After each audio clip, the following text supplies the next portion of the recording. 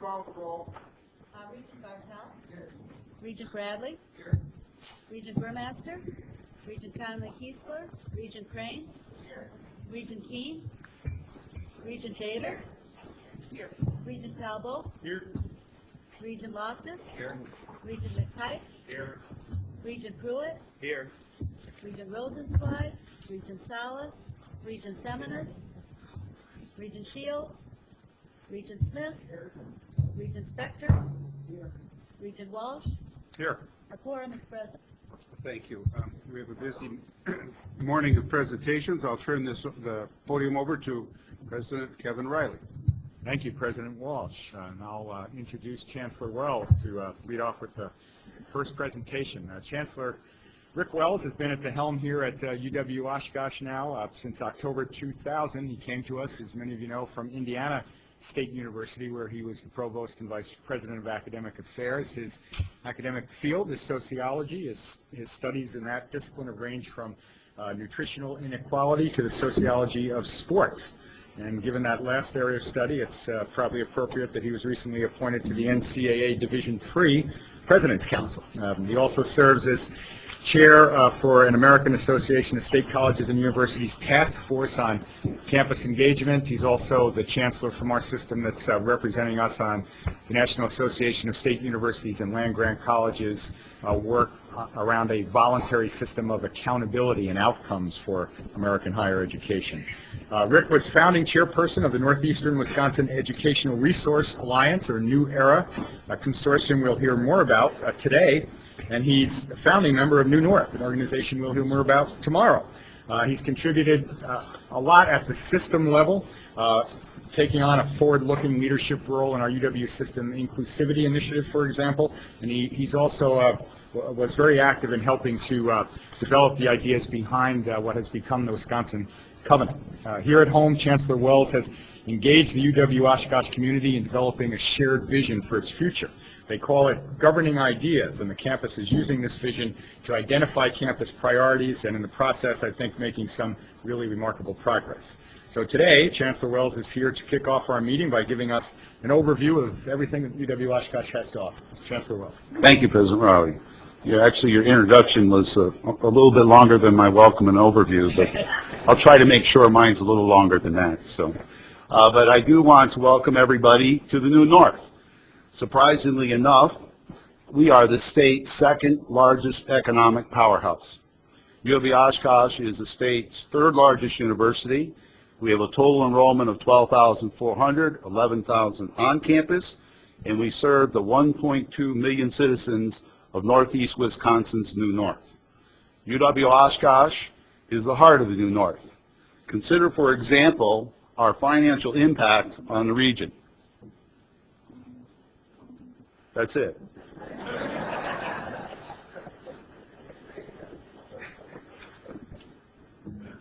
I'd like you for a moment to go to your packets and pull out this document, which is the study we recently completed, the abridged study report on marketing opportunities. It's called the Marketing Opportunities Impact Report. And I'm going to talk just a little bit about that report in a very brief way. This chart that's up on the slide here shows that our economic impact increased significantly over the past 3 years and that our state funding decreased.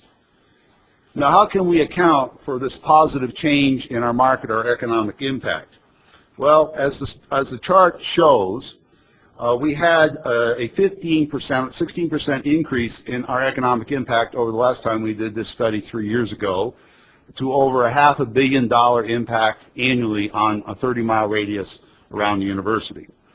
It also shows that the jobs that we created directly or indirectly also likewise increased by 15%. It shows, too, that state funding decreased by 13.5%, but it also shows that state tuition, as a total part of our revenue stream for our budget, went up almost 60%. From $28.9 million to $46 million. Now that happened for two reasons, as we all know. All students in the UW system had to pay significant increases in tuition, and at UW-Oshkosh during that 3-year period, our FTE enrollment went up by almost 500 students. So that accounts for a significant amount of the tuition increase. The other reason that our economic impact went up is not shown on this chart. We had a significant increase in the federal grants and contracts, won, so to speak, by our faculty, and an increase in other ways that we delivered educational services through cost recovery models of one sort or another. Another interesting thing, at least for me in this chart, and I use this occasionally to try to make the point about the investment the university represents economically, you see the bottom line here that the economic activity generated by UW-Oshkosh created local and state tax revenue of $37.5 million. Then to scoot back up to the top and see the amount of state appropriation the university received, $39 million. So we almost created the amount of revenue that we received from state taxes based on economic activity alone. And I'm still having a little trouble getting some of our legislators and so on to say that that's really a good way of thinking about it. All they really invested in this was a couple $1 million. But, and I have to admit, it's a little bit questionable to make that case. But as important as all that is, the most important thing about UW-Oshkosh is the quality of our graduates. Letters and science graduates, as you can see, continue to be coveted by the best graduate schools in the nation. We have a 100% pass rate 8 years running on our nurse practitioner exam. Our MBA and senior business majors taking the ETS Business Knowledge Assessment test finished in the top 5% in the nation 2 years in a row. Furthermore, students taking a CPA exam at UW-Oshkosh score consistently amongst the top schools in the nation. Just a little quick, interesting note. Last year, a UW-Oshkosh accounting major alumnus, Peter Wick of Neenah, achieved one of the top 10 cumulative scores on the CPA exam from more than 44,000 test takers.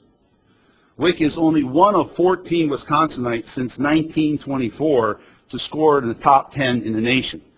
The last one was a UW-Madison, that institution just down the road. Since John's not here, I can pick on him a little bit. Graduate in 2002. The final point about the quality of our graduates, a couple of them, is the 35 alums from UW-Oshkosh's Outstanding College of Education and Human Services since 1990 have received the Herb Kohler Teacher of the Year Award. And then on top of all this, last year, 2005, we graduated we had the single largest graduating class in 135-year history. Oops, I just can't get that right. Now, none of this would be possible if it wasn't for a deeply talented and dedicated faculty. And our regents have recognized the quality of our faculty through 7 Regent Teaching Excellence Awards, 3 to a department, 4 to individuals. I think that's the most in the UW system, but I'm not really here to brag about UW-Oshkosh. It is imperative for UW-Oshkosh to continue graduating more high-demand and high-quality students. To that end, let's take a look at UW-Oshkosh's role in the Northeast Wisconsin growth agenda. Man. We're not going to go into great detail because we presented this to you at an earlier meeting, but as you know, our 3 biennial growth plan calls for us to increase our enrollment by 1,400 students in high-demand areas such as biology, microbiology, chemistry, and so on down the line. Now, for that to happen, it requires funding in the next 3 biennium to add faculty. And in this particular biennium, due to your great work and the governor to this state, we have funding that would allow us to add up to 24 faculty members. But we need to continue adding to the faculty if we are to achieve the goal and the region's needs of 14 additional high-demand high-demand students. It also requires that our capital funding for facilities upgrades, such as the new $48 million academic building, be funded. And on our part, it requires us to continue to enhance our collaborations with our wonderful technical colleges, the UW colleges, and GB, and the other new area institutions in Northeast Wisconsin and the North. Now, at Oshkosh, we understand, I think as all of us, to accomplish this very aggressive need for us throughout the state to improve the intellectual assets, so to speak, of the citizens of Wisconsin generally and Northeast Wisconsin particularly, is going to take a lot of hard work in all of our parts. It's just not going to happen without a lot of hard work and effort and good strategic decision making. At UW-Oshkosh, we are confident we can continue to meet the growing needs of the New North. The effectiveness of our overall strategic and operational planning gives us our confidence. This next chart is what we call on campus, and I promise you I'm not going to go over it in any great detail, our alignment chart. And what it does is it says it's important for us, imperative for us to constantly be trying to align our governing ideas, our mission, vision, values, and strategic directions with our high priority strategic action initiatives, and to make sure that our resources are aligned through 7 key operational plans to support those governing ideas and the high priority strategic action initiatives. If you also in your packet, there is the annual report that you receive from the university. Grab it here. It looks like this, which is how we keep ourselves accountable to our strategic goals year in and year out. So that's another way we're held accountable. We're also held accountable externally by the North Central Association's accreditation body. We are in the final stages of our reaccreditation process with the Higher Learning Commission of the North Central Association. And I had at your places, at least for the Regents, a copy of the self-study document we worked on and prepared over the last few years in preparation for that self-study team coming to campus. And they left our campus, a 10-person team left our campus just a couple weeks ago.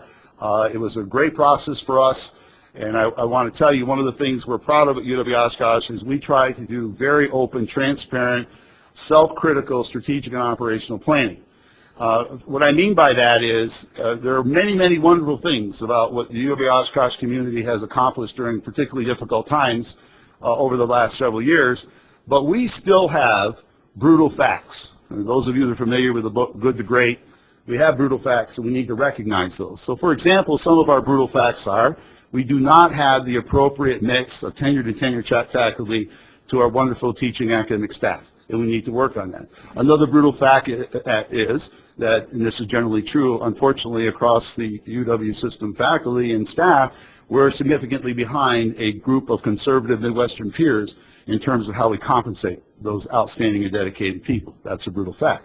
You're going to hear some brutal facts in the presentation, the Equity Scorecard with regard to UW-Oshkosh, and we know that. Now, the important thing is that we will defend ourselves and acknowledge what our brutal facts are. We will not let other people deem certain things as brutal facts that aren't in fact brutal facts. But we have to make sure that we take ownership of those brutal facts and working in cooperation with others that we get better and we improve our institution. And that's the approach we take with our strategic and operational planning. Now, finally, what has emerged from our planning and assessment process is a clearer picture of the distinctiveness of UW-Oshkosh. We refer to our university-wide distinctiveness in these 4 areas. You will see these areas of distinctiveness highlighted during the Board of Regents presentations over the next 2 days. For example, in the area of distinctiveness of engagement and partnership, we'll clearly demonstrate that to you through the New Era panel, which will come up in a few moments, and the New North panel, which will be presented tomorrow, and also a presentation in the Business and Finance Audit Committee and diversifying our revenue streams in a collaborative way. With regard to the distinctiveness and environmental sustainability on the operational side of the house, you'll see a presentation and update on our Green Facilities Master Plan. With respect to our regionally and globally aligned curriculum, you'll see 3 presentations. One on a Bachelor's of Applied Studies major, and another major presentation on aligning our academic program needs to fit the region's current and future needs. And then just in a couple of minutes, a presentation by our outstanding students on UW-Oshkosh's Model United Nations program, and I'd like our students to come to the table to make that presentation now. Amanda Cohn and Brandon Strand will lead the presentation. All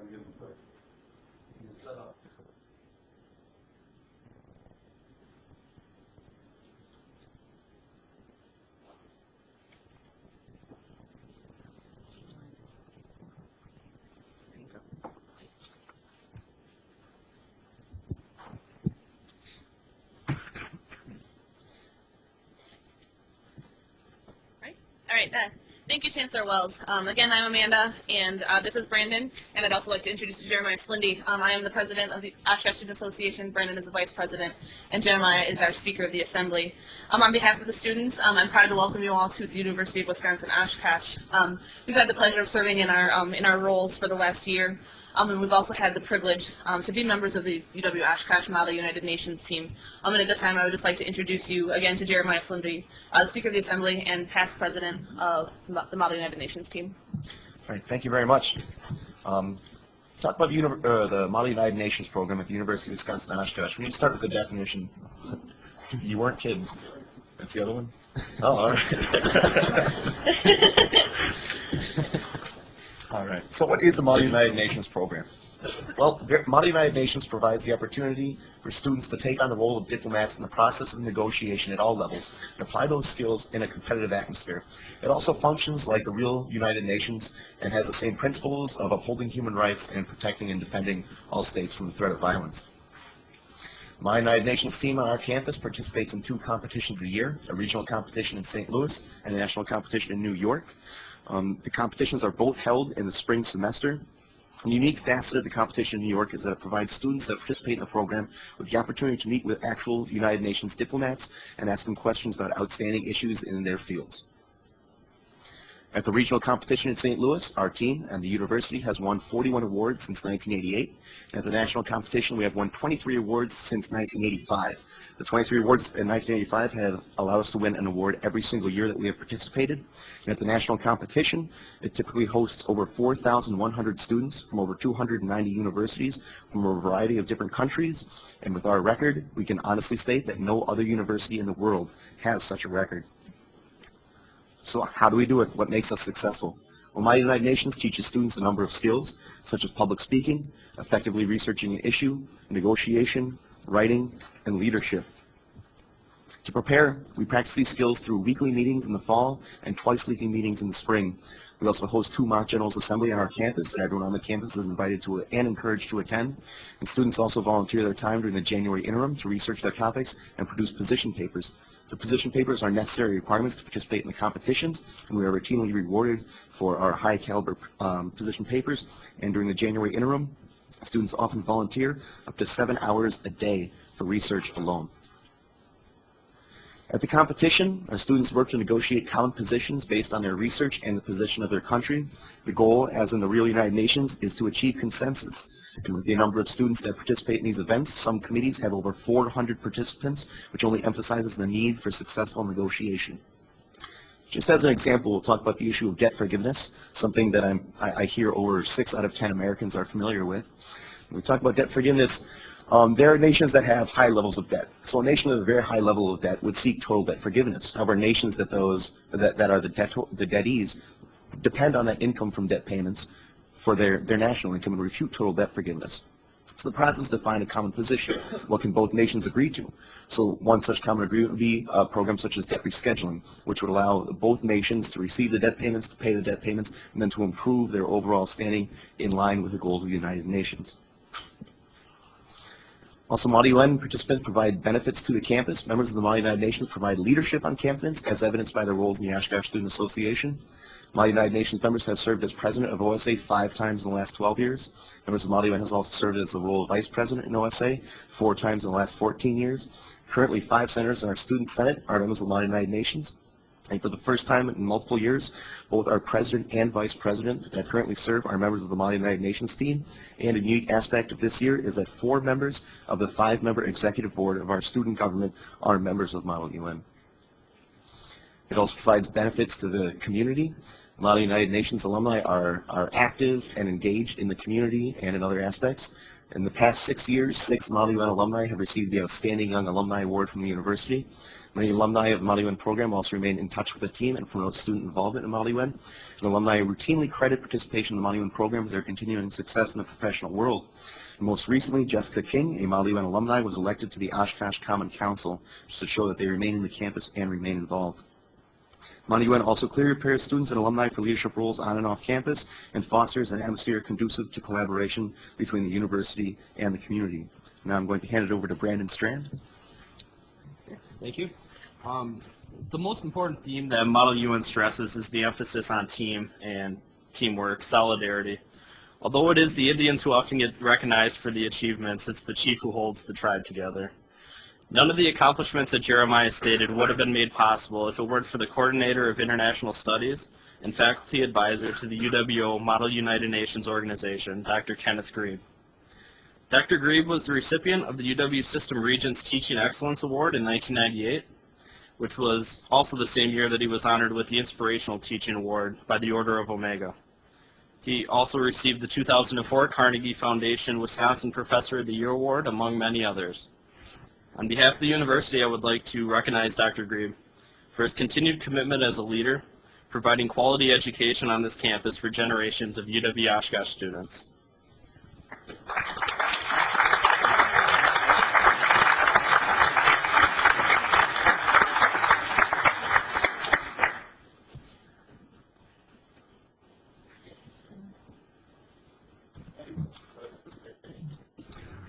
Before we proceed to the part of our meeting, I would like to recognize Representative Gordon Hentz, recently elected to the State Assembly. Thanks for coming, Gordon.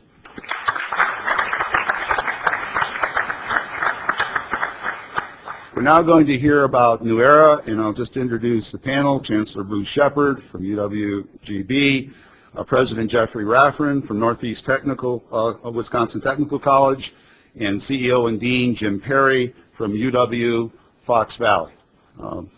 Take it away, guys. Thank you, Bruce. Thank you, Rick. It was a pleasure listening to you speak, and it's certainly a pleasure for me to be here before the Regents. This is the second time I've done this, I think, in less than a year. Prior to this, I, of course, spoke to you when you were at UW-GB and you were looking at their growth agenda. And we continue, I think the fact that we continue to come to these meetings really shows and begins to show you what New Era has accomplished. As President Riley indicated, Rick Wells actually was the founder of this particular group. I think he started it without knowing any better. When he first got here. So it's about, I think we're in our 6th year, or about to complete our 6th year of being together. We are made up of 13 public institutions in the New North region. That includes 5 UW 2-year colleges, UW-GB, UW-Oshkosh, the College of Menominee Nation, and the 4 technical colleges of Moraine Park, Lake Shore, Fox Valley, and Northeast Wisconsin. We meet on a regular basis and frankly have very frank discussions, sometimes brutal discussions, and I think that's the value of this particular enterprise more than anything else, is that none of us are afraid to put on the table what is bothering us and what concerns that we have, because we're all focused on a specific mission, and that mission really is to foster the regional partnerships among ourselves so that we can better serve the educational needs of the 1.2 million people in Northeast Wisconsin. Always in the forefront is what would be best for the people in this region, not necessarily what would be best for our individual specific institution. We have a vision that we will be, and we believe we are, national leaders in collaborating to serve Northeast Wisconsin with quality, seamless education. And by seamless education, what we're really talking about is making it easy or easier for students to move between systems and between programs. whether that's from the technical colleges to the universities, or the universities to the technical colleges, or to the two-year colleges, and vice versa. That is what we are trying to accomplish and to make sure we succeed at. We believe that we provide the essential educational resources for the communities and the business and government. We pride ourselves that New Era, frankly, was the precursor and the initiative that really supported the development of the New North, which you'll find out tomorrow is the most mature regional economic development activity in the state. We see ourselves as continuing to support that. We are founding members of that particular group, and one of their major strategies is the advancement of education and educational attainment, and clearly they are most reliant on New Era for that. We see ourselves as driving the regional and thereby the economic vitality of the area. We have many initiatives, but I would like to just comment on those that we are working on at this point in time. The first initiative is really to offer and expand joint degrees with other campuses that focus on science, technology, engineering, and math. You may know, I'm sure you're aware that UW-Fox Valley has a degree program that they would, in cooperation with Platteville, and bringing in 2 engineering degrees, the electrical and the mechanical. Currently, we are in discussions with and are very far along in an arrangement with UW-GB, UW-Stout, and Northeast Wisconsin Technical College to bring the manufacturing engineering program to this area. You know, the interesting thing is that this area has the 2nd highest concentration of manufacturing, and yet it has no engineering degrees that you could complete here in this region without going outside the district. UW-Fox took the lead in making sure that that begins to change. We hope to continue to do that through Northeast Wisconsin, UW-GB, and UW-Stout, and quite frankly, we'll be looking at additional engineering degrees such as civil engineering, computer engineering, and those that would be most appropriate to support the economy of this area. The key is that we're doing this in collaboration. We're not doing this at the expense of each other, but rather at a way in which reduces the overall expenses to both the system, to both systems, and to the students, most importantly to the students. Our second initiative is to build upon and expand training and research centers in management sciences and manufacturing and technology. We do not have a research university per se, as of course they have in Madison and in Milwaukee.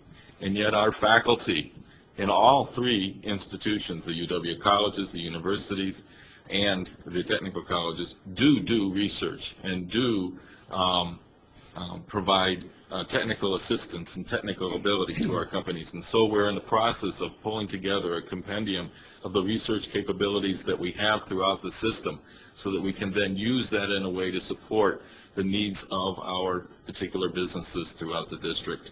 We feel this is critically important so that while we may not have a physical research center, we certainly will have a virtual research center and research capability throughout the area, utilizing the strengths of all of the institutions involved.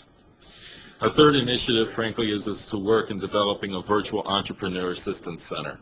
The reality is that all of the colleges in New Era provide services to entrepreneurs. But one of the things that we're looking at in working with WEN and other activities like that through the extension system is really to provide a place where entrepreneurs can come as a one-stop center and really begin and know how they can get the services that they need. We also are interested in making sure that they can easily engage in technology transfer. We're looking at ways in which to acquire intellectual property through license or other types of agreements that we can then make available to our faculty and make available to new and emerging businesses in ways that they can then grow. So we feel that we have great goals, but we've also accomplished a great deal. And to talk to you about what we have accomplished to date, I turn this over to the CEO and Dean of UW-Fox Valley, Jim. Thank you, Jeff. The Regents have heard many of the things that we have done as a consortium periodically in President Riley's reports to you. They are notable and they are significant. Actually, the path that's led to some of our accomplishments started before New Era was even an acronym. a result of a desire by this Board of Regents to have more collaboration between Wisconsin's public baccalaureate universities and the UW colleges. Indeed, the Wisconsin University Center model was originally developed by the now numerous collaborative bachelor's degrees that exist on all of the UW colleges' campuses. But New Era's efforts have expanded to add innovative new models to the educational toolboxes, many of which are serving as templates for others statewide. For example, the 1+1 agreement between UW-Fox and Fox Valley Technical College that is now being duplicated elsewhere in Wisconsin. The 1+3s between UW-Green Bay, UW-Oshkosh, and the New Era Technical College campuses. Collaboration between Northeastern Wisconsin Technical College and the College of the Menominee Nation to provide more AODA certifications. Creation of an alternative teacher licensure program between the New Era UW Colleges campuses and UW-Oshkosh to allow individuals who already have a bachelor's degree to receive the Wisconsin teaching license in mathematics and sciences. The applied baccalaureate degree being considered today and tomorrow at this Regents meeting.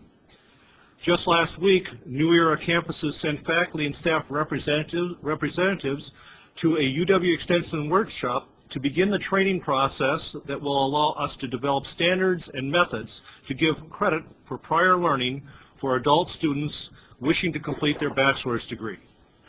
Wisconsin Technical College System and UW faculty are meeting on a regular basis in a faculty dialogue group to develop an understanding of similarities and differences between the curriculum and the pedagogies in an effort to provide students with smooth transfer between systems where it's warranted. These are a few of the examples of what we've accomplished to date. Much more detail is provided in the pamphlet that we have provided to each one of you.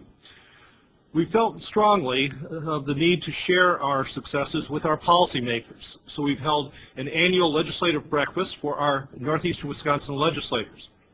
I recall rather fondly hosting the first at UW-Fox, and in my opening remarks several years ago, telling the legislators that they were witnessing history in the making, true collaboration between two systems and a college of a sovereign nation.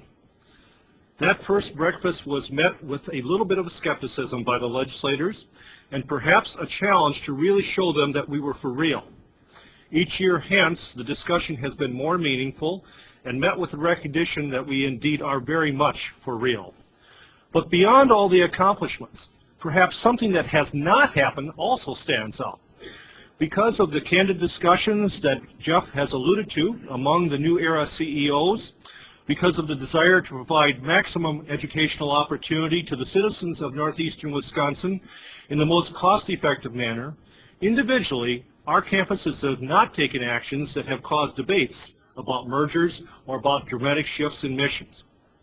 In short, our largest accomplishments have been methods that allow us to provide more possibilities to the area of Wisconsin that needs to have many more bachelor's degrees, and we have done it in a cost-effective manner. The level of activity has been high, and assuming that we're able to sustain it, you can expect to hear more positive reports from President Riley in the future. As we look to the future, I personally hope that you will hear of more collaborative bachelor's degrees offered on multiple campuses within northeastern Wisconsin. I hope you hear of collaborative research teams drawing upon the resources of all the New Era institutions to assist northeastern Wisconsin business communities and the New North. I hope that you will hear of expansion and more convenient access to adult students. One of the initiatives that we're working on is to identify and break down the barriers that exist to attaining the additional bachelor's degrees that are necessary to take northeastern Wisconsin into the remainder of the 21st century in a cost-effective and productive manner. But to further, I also hope that you hear of the further development of the University Center model. To say more about that, I'll turn over the microphone to Chancellor Shepard. Thank you, Jim. I was reflecting a bit on Chancellor Wells' opening remark about UW-Oshkosh being at the heart of the northern region, northeastern region, and wondering if we continue that anatomical metaphor to the geographic relationships, does that mean that those of us from Green Bay are the brains of the operation? I'm okay with that. I'm going to talk a bit about the University Center model. The University Center idea is being appropriately explored as an innovative and effective way to serve emerging and even initially confounding educational needs in various parts of the state. And my purpose this morning is simple, to point out that we currently have an up and running University Center, and it's called New Era. Now, we never called New Era a University Center as it was being built. It was sort of like that often repeated joke from Molière's The Bourgeois Gentleman, in which Monsieur Jourdan has an epiphany and says, "Why, I've been speaking prose all my life and didn't even know it." The University Center model does fit New Era, whether we knew it at the time or not. I'm going to use some slides to review the criteria that were put down by UW system for a University Center. They are in the UW system Waukesha study, and see how well, these aren't our criteria, these are from the study of a hypothetical University Center, to see how well they really fit with what New Era has become. Certainly New Era is a collaboration of 2- and 4-year institutions. But, as will also be a theme of mine, we go beyond that. We are not the usual 2 or 3 institution version of a university center. As you have heard, New Era is cross-sector with 13 institutions, bringing together not just the UW 2-year institutions, the UW 4-year institutions, and UW Extension, but also the tech system partners and the College of Menominee Nation. Certainly we are located on a 2-year campus, but again, we go one better. We are located on each 2-year UW campus in our region, on each tech college campus, and on the 4-year campuses as well. We, as conceived in the Waukesha study, a university center is to provide flexible programming. Here again, I think, and I hope you appreciate it, you've heard from my colleagues, we think we go one better in exceeding our region's expectations. You've heard of many flexible approaches through New Era. To highlight, I'm going to ask you to consider just one. That's the Bachelor of Applied Studies degrees that you will be soon having the opportunity to review and consider approving. As revolutionary as the BAS approaches are, they would never have been possible in our region without having the New Era University Center model as a foundation upon which to build the collaborations. I'll also note that these BAS degree proposals are cost effective. They're being brought forward without asking anybody for any more money. That's because they are building upon initiatives already within New Era that they can be folded into. And you can thank your University Center, New Era, for that fact. And the BAS degrees do not come out of thin air. They are strategically targeted at a major regional liability, the small percentage of our adult population with baccalaureate degrees, by building upon a regional asset, a well above average preponderance of associate degrees in our region. So again, we think we go beyond simply marketing and assessment by also acting strategically, and we bring multi-institutional expertise and capabilities to bear in so doing. And when it comes to top leadership, New Era is, as you've heard, CEO driven. We and our colleagues at the other institutions are at the table talking with each other at every meeting. And it really is, as I'm sure you can appreciate, that personal involvement and buy-in that assures when we get back to the campuses that things do happen. But here we go even one better again. At the inception of New Era, we really understood we were serving a region that has been absolutely critical historically to the economic success, the quality of life in Wisconsin. We also knew that it was a region that had to continue to flourish if the state was to have brighter futures. Yet it was a region undergoing very significant economic and demographic transitions. And frankly, it was a region marked by rivalries and, dare I say, jealousies rather than a spirit of collaboration. New Era took the lead. If you've heard from Jeff, we claim a catalytic role in what is now a pervasive spirit of regional partnerships here in northeastern Wisconsin. Leadership of the major private sector entities in our area shared with New Era and with a visionary governor focused on understanding the need for a regional and highly collaborative approach. With a grant from the governor, New North was established. Now, as you've heard, New Era is a founding partner of New North, But there's something else that's important, and this is a critical point. New Era's annual work plan derives from New North's agenda. We take it back to them on an annual basis, report out the results, and they review what New Era is up to in serving the agenda of New North. Yes, high-level administrative overhead indeed. Count the leaders of multi-billion-dollar corporations and the governor as a part of that high-level administrative oversight. Continuing with the proposed attributes of a university center that are found in the Waukesha study, we do span our region. Wherever the 1.2 million people of northeastern Wisconsin may reside, they find that a front door to New Era programs and initiatives is nearby. We do so through a virtual university center that requires no investment in bricks and mortar, no buildings to build, no rents to pay. And because of the low or zero startup costs, because of no sunk costs, because of strong support from regional leaders, because we are CEO-driven, and most importantly, because our faculty and staff fundamentally understand that they are there to serve our region, we've been able to act quickly and nimbly in delivering programs. Cost-effective, nimble, innovative, yes. In New Era, you have Wisconsin's first university center answer to critical regional needs. While we tout the accomplishments, you must fully understand the challenges. For New Era, for any other university centers you may wish to consider. For a glimpse at those challenges, I will turn the microphone over to President Raffin. Thank you, Bruce. They always leave it to me to ask for the money and the investment, and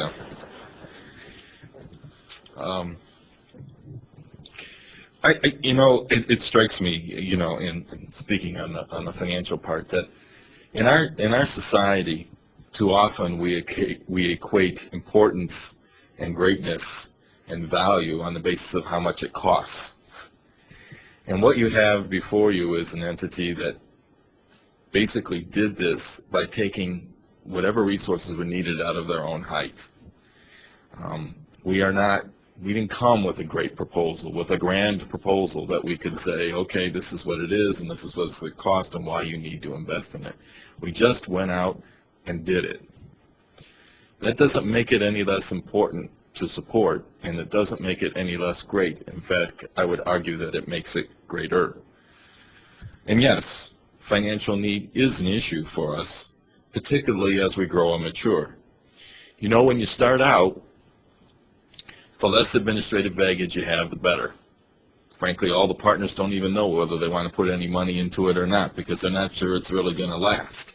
And then, who gets to house the people and who gets to keep the money, and, you have all those kind of little technical issues that can trip you up. So it was better that we didn't have that administrative baggage, and we could just explore, and we could fail, and we could fight, and we could succeed, and we can innovate. And I really give a great deal of credit to the 13 CEOs that have been involved, because those 13 CEOs have persisted. And so often that's what it takes, is persistence. We have stuck to the goal and the vision that we have had and continue that persistence. But now that we've done this for 6 years, going into our 7th, we ask ourselves, well, what do we need to do to assure its continuation? How do we institutionalize this process? It has existed by the good graces of the CEOs that exist at every one of the institutions. And while we would like to believe that those CEOs will be there forever, I expect Bruce to stay at least as long as I stay. Bruce, I'm just letting you know that. Same thing for Chancellor Wells. And I think every partner of that could say that. While we expect that we will stay there forever, we know that that will not be the case. And so the question is what kind of structure can we set up that will allow us to continue to be flexible, will keep us from engaging in petty arguments, but at the same time take us to another level, a level where we truly achieve that vision of seamlessness and truly achieve that vision of strong economic support, truly achieve that vision of being nimble. We don't think that financial investment is great. We think that probably it will entail maybe an individual who is a champion that can sort of call me up from time to time and say, Jeff, you didn't do what you said you were going to do. What can I do in order to help you do that? But nevertheless, that needs to be done. Each of us who have been chairs of this group, which to this point has been Rick and I, and soon to be Jim Perry, have donated essentially our executive assistants or personnel administrators to do the job of keeping everybody on task. We certainly expect that we will continue to have to make some of those same kinds of investments. But as you can imagine, that becomes increasingly difficult as the job gets bigger and bigger and the challenges and the initiatives get greater and greater, which is in fact what is happening. So we think that we need to take a good hard look at how our systems, both the technical college system and the university system, can help us sustain this kind of model. The second challenge that we have, quite frankly, is that we're doing a great job of priming the pump. We have been and are responding to the need for additional baccalaureate degrees. And we're doing that in innovative ways. When I spoke to you when I was at UW-GB, I talked to you about the 1+3 program at that time. We now have 695 students enrolled in that 1+3 program. Will there be space at UW-GB and UW-O? We now have that same 1+3 agreement with UW-O. And all 4 of the technical colleges have that agreement with UW-GB and UW-O. Likewise, we have our 2-year UWs continuing to grow their enrollment, whether it be through 1+1 agreements or be through collaborations with the universities. Will there be enough space at our universities for the students that we're bringing back in to achieve those baccalaureate degrees? So we want and we implore that the Regents think about what we need to do in order to allow our universities to grow and our colleges to grow in an area that frankly is the second strongest economic engine in this state. I would argue that I don't like being second in anything, so it hurts to say that, but I think it's only by matter of geography that that's the case. I think what you will find in this area is the number one in terms of innovation and creativity and the entrepreneurial spirit of the people in this region, and how can we support that.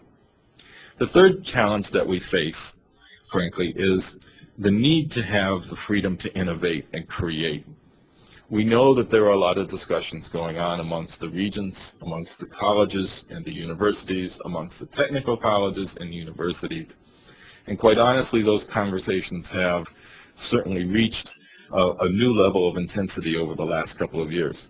Well, we've been at this for 6 years. We went through that part and are past that part, but we're finding that at times we're getting affected by the debate that's currently going on as the systems work out how to work together. I would suggest to you that we use New Era as a pilot, that we use New Era as the test case to try new and different and innovative ways to collaborate. We have shown that we can do that. I think we've also shown that we can be creative. And I would urge you to allow us to continue to be creative, even if that doesn't quite fit with the way in which you're currently thinking about how things might happen. Remembering that all along our goal in this is to provide the strongest post-secondary higher education system for the students and the citizens in our district, in our area. And as long as we keep that in the forefront of us and we then let us work through the other issues, I think we will be successful.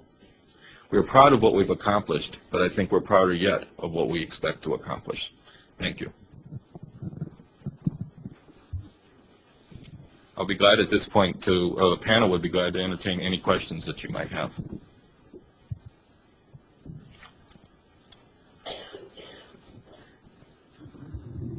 Questions? Seems like that last message was, don't get in the way. I tried to say that diplomatically. You always do, Jeff. But you talked a little bit about private sector involvement. Has private sector been at all involved in obviously the financial challenges that the new ER might base, has that been a possibility that could help financially? Well, that is something that the New North, for instance, is struggling with now in terms of what it needs to, what resources are needed to support each of the strategies. It's still at a very new stage in terms of just getting the basic money in place in order to run its own operation. I think it's certainly on the radar screen, and they're extremely supportive of what we are doing. Now that's outside of the usual support we get from business and industry, both in terms of equipment and advice and so forth. I frankly don't believe that New North at this point is mature enough to be able to provide that kind of support. Certainly it's not out of the question somewhere down the road. Mark, Jeff, you referred to the question of whether or will there be enough space. You didn't literally mean physical space, did you, as opposed to will we have enough faculty and money for educating the students? Right. Thank you for correcting me on that. I did not at all mean physical space. I really was talking about capacity. And capacity, of course, includes faculty, includes support personnel, service personnel, and the relaxation of the caps that we currently have on enrollments. Any other questions? Just have one more. I want to be specific because we've had a lot of conversations in the last couple of months and the last 6 months, and you indicated the intensifying between the systems and Chippewa last month, and there's going to be more discussions, and we're all certainly very much aware of those. And I want for you, if you could be a little bit more, as to share your concerns that you expressed that could have impact on you. Well, I don't know. Thanks, Brent, for that question. Yeah. You brought it up. I mean, I can only be honest, so that's all I'll be is honest. I think from time to time we feel that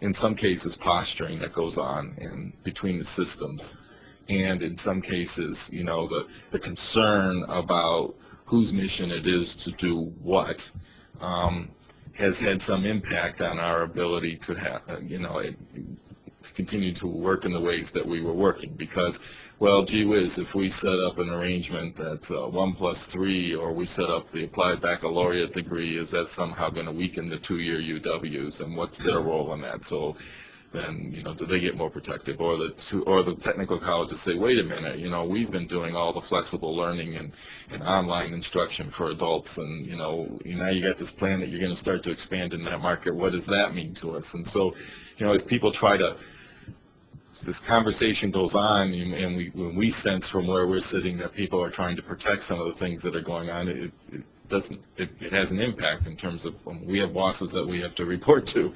And that saying, well, geez, if you guys do that, that might weaken our argument over here. And that's not something that we have found particularly valuable, because, our goal as a new era is to strengthen all of our institutions, because we think that combined strength is going to provide the best opportunities for folks that are here.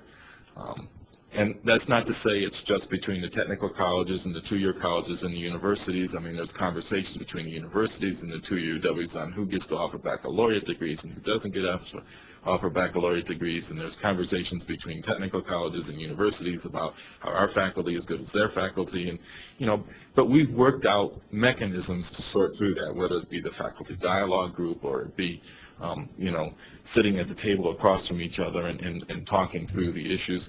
We have many staff that are involved in cross-institutional teams that are working on issues, including things like enrollment management. Okay, well, what are the enrollment trends out there? And if we're going to have people moving back and forth, can we predict how they're going to move back and forth so that we can at least be prepared for that? Those are the kinds of conversations we want to have. We don't want to be thinking about, well, geez, Jeff, are you going to think you're going to offer a two-year transfer degree because Chippewa Valley now is going out there trying to offer a two-year transfer degree, And so, well, gee, if you're thinking of that, now we got to, step back. That's not the conversation we need to have right now, and we don't want to Judy? I just want to say that I really appreciate the clarity and candor of this presentation. I think it's been very helpful. I'd like to add just a thought to what Jeff said by being perhaps a little more candid. There are two concerns that we experience at Green Bay. One is it doesn't really bother us. We ignore it. We're occasionally, I think of twice, told that by collaborative enterprises we're exploring, we are not sticking to the party line, so to speak, not sticking to what in the systems confrontations they really want us to be doing. The second concern is internal, and maybe this isn't the place to discuss it, but when we have initiatives that are funded through the Regents COBE initiative and have grants given to us to bring those forward, and they are political slam dunks, and then both Jeff has to fight in his system, we have to work very hard in our system that sometimes to address questions that are frankly patronizing in order to get those initiatives before you. That's frustrating too. Well, that's right about that. We are really struggling with our current, and it's not your system and it's not our system, it is the systems.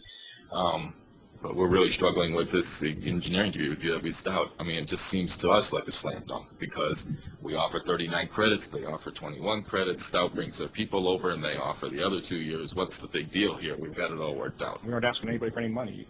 Right. So, but we're struggling.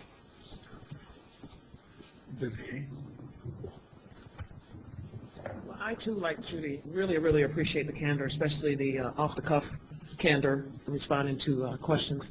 And I really do think that I'm very interested in having the New Era team and model as a model for having engagement of conversations above board on these issues, as opposed to what it feels like on this side, if we're going to call sides, as a regent, feeling like, you know, you're not sure exactly where the context is for a decision you're making on the initiative that's right in front of you. I'd much rather have an open dialogue that doesn't talk about from a turf perspective or a, historic perspective, but a future perspective. So I encourage that.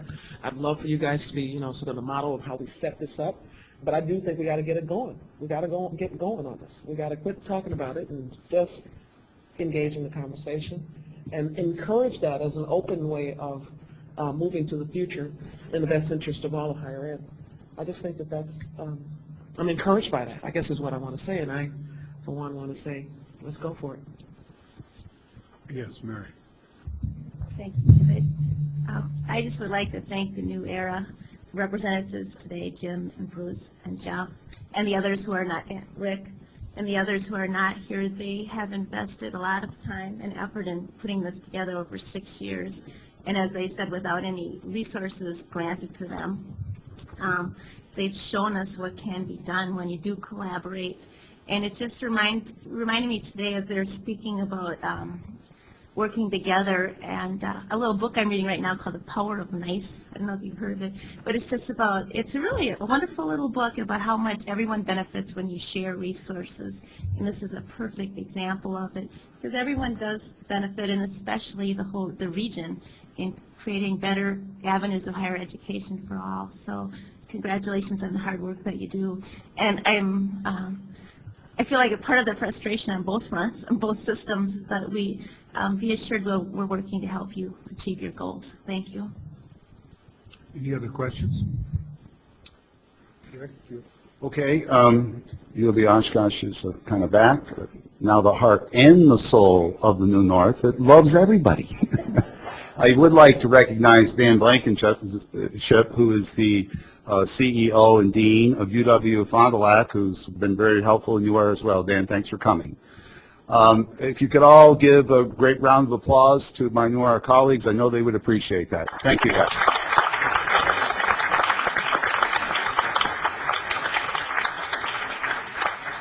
But I would like you to give a much bigger round of applause to why we're all here, and that's to our examples of our outstanding students throughout the New North region. Please stand and recognize you guys. Thank you. And as the next panel sets up, I do have a little housekeeping for us, so we can move into the next panel getting ready on the diversity scorecard. The annual statewide tornado awareness drill is scheduled to occur today April 12th at 1 p.m., okay? In order to observe state procedure, we have, and to learn how to protect ourselves, we have made arrangements to have the 12:30 p.m., assuming it's about 12:30 p.m. that we move to lunch, box lunches, relocated to the Titan Underground, which is in the basement of this building, and people will show you how to get down there.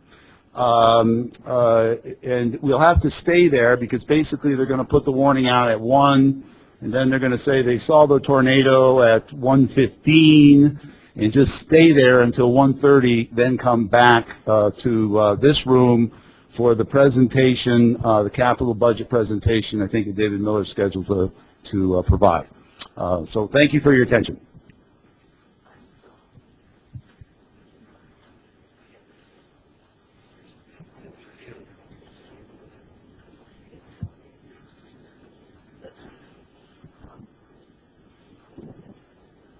We're now going to move on to a meeting of the Education Committee with all regents invited. So we need a motion to adjourn. We have a motion. We have a second. We have a motion and a second. All those in favor signify by saying aye. Aye. Opposed? We are adjourned. We're now moving into the Education Committee. Danae. The Education Committee with all regents invited will please come to order. Good morning, everyone. Let me welcome you to the morning portion of the meeting of the Education Committee with all regents invited and say how pleased I am to be meeting at my alma mater, University of Wisconsin-Oshkosh. This morning we will hear a progress report on the Equity Scorecard Project. We have in our materials the executive summary and the report, which provide a very thorough description of what this project entails.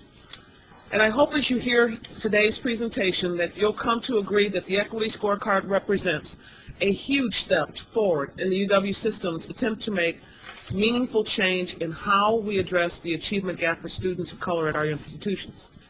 I think it's really important to note that the Equity Scorecard is a major shift in how, not what, is addressed from a diversity perspective. We resist jumping to solutions until we discover how and why, the how and why of things. So the scorecard is a complex tool. It requires sustained efforts over time, not quick fixes. And it involves the collection and analysis of institutional data that we have not really engaged with thus far.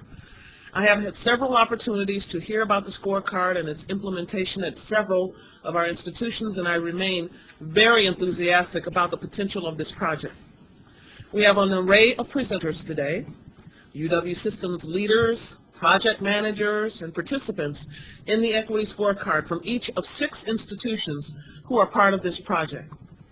I'd also like to extend a special and warm welcome to Dr. Estela Ben-Simon, who is the developer of the Equity Scorecard from the Center for Urban Education at the University of Southern California, and her colleague, Dr. Elsa Macias, whom I dined with last night.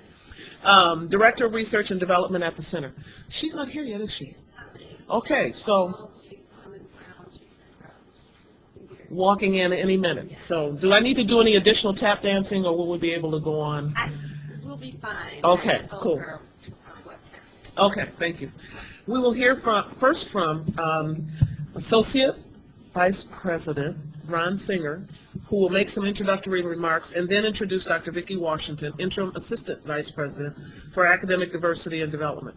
Vicki will in turn introduce the panel, and then Ron will return at the end to make some concluding remarks and to offer the floor to Dr. Ben-Simon. We will then open up the dialogue to our questions and discussion. So let me turn it to Ron first.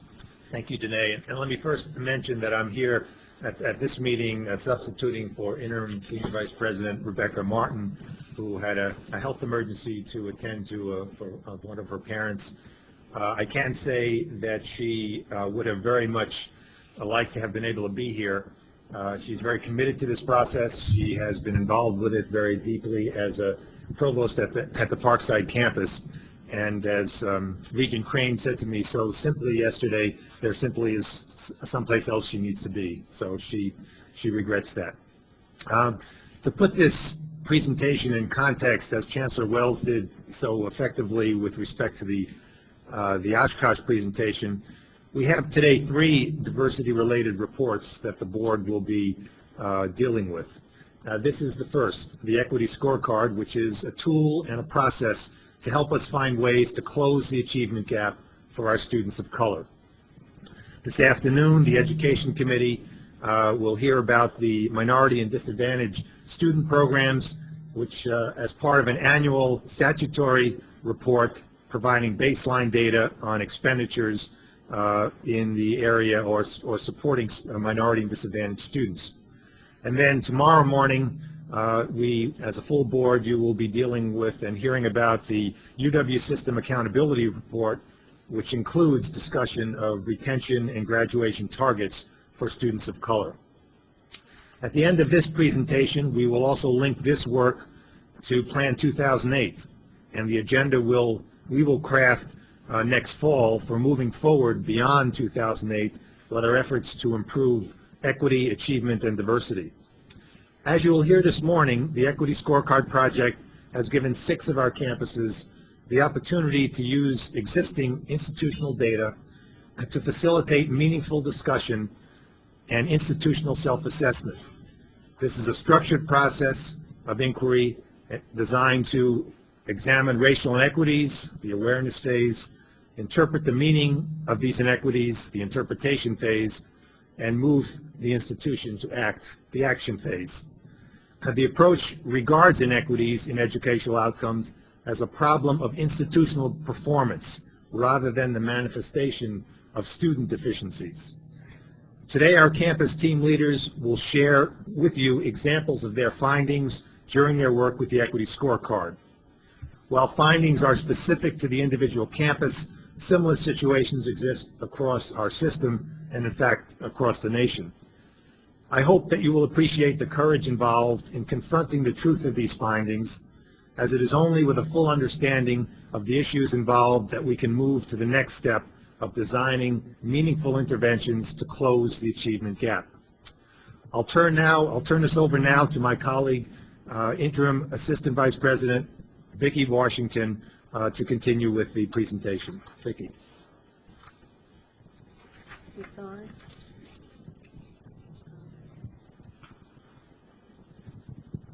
It's on. It's on now? Yeah. Good morning, everyone. Board President Walsh, Vice President Bradley, Regent Davis, other members of the Board of Regents, chancellors, provosts, colleagues, and guests. The Equity Scorecard team leaders and I very much appreciate this opportunity to advise you about the status of the project. This work is quite rewarding, and it's been really exceptional to watch the teams and institutions work to identify the problems that contribute to gaps in achievement. The work is also sometimes tedious and painful, and you'll learn more about that this morning. I could really relate to Chancellor Wells' comments this morning when he opened the meeting. I want to thank the team leaders of the projects and their teams. The team leaders are here with me today. Greg Lampy, Associate Vice Chancellor for Academic Affairs at UW Colleges. Al Thompson, Assistant to the Chancellor for Affirmative Action and Diversity at UW-La Crosse. Michelina Manzi, Assistant Vice Chancellor here at UW-Oshkosh. Eugene Fujimoto, Assistant to the Chancellor for Affirmative Action at UW-Parkside.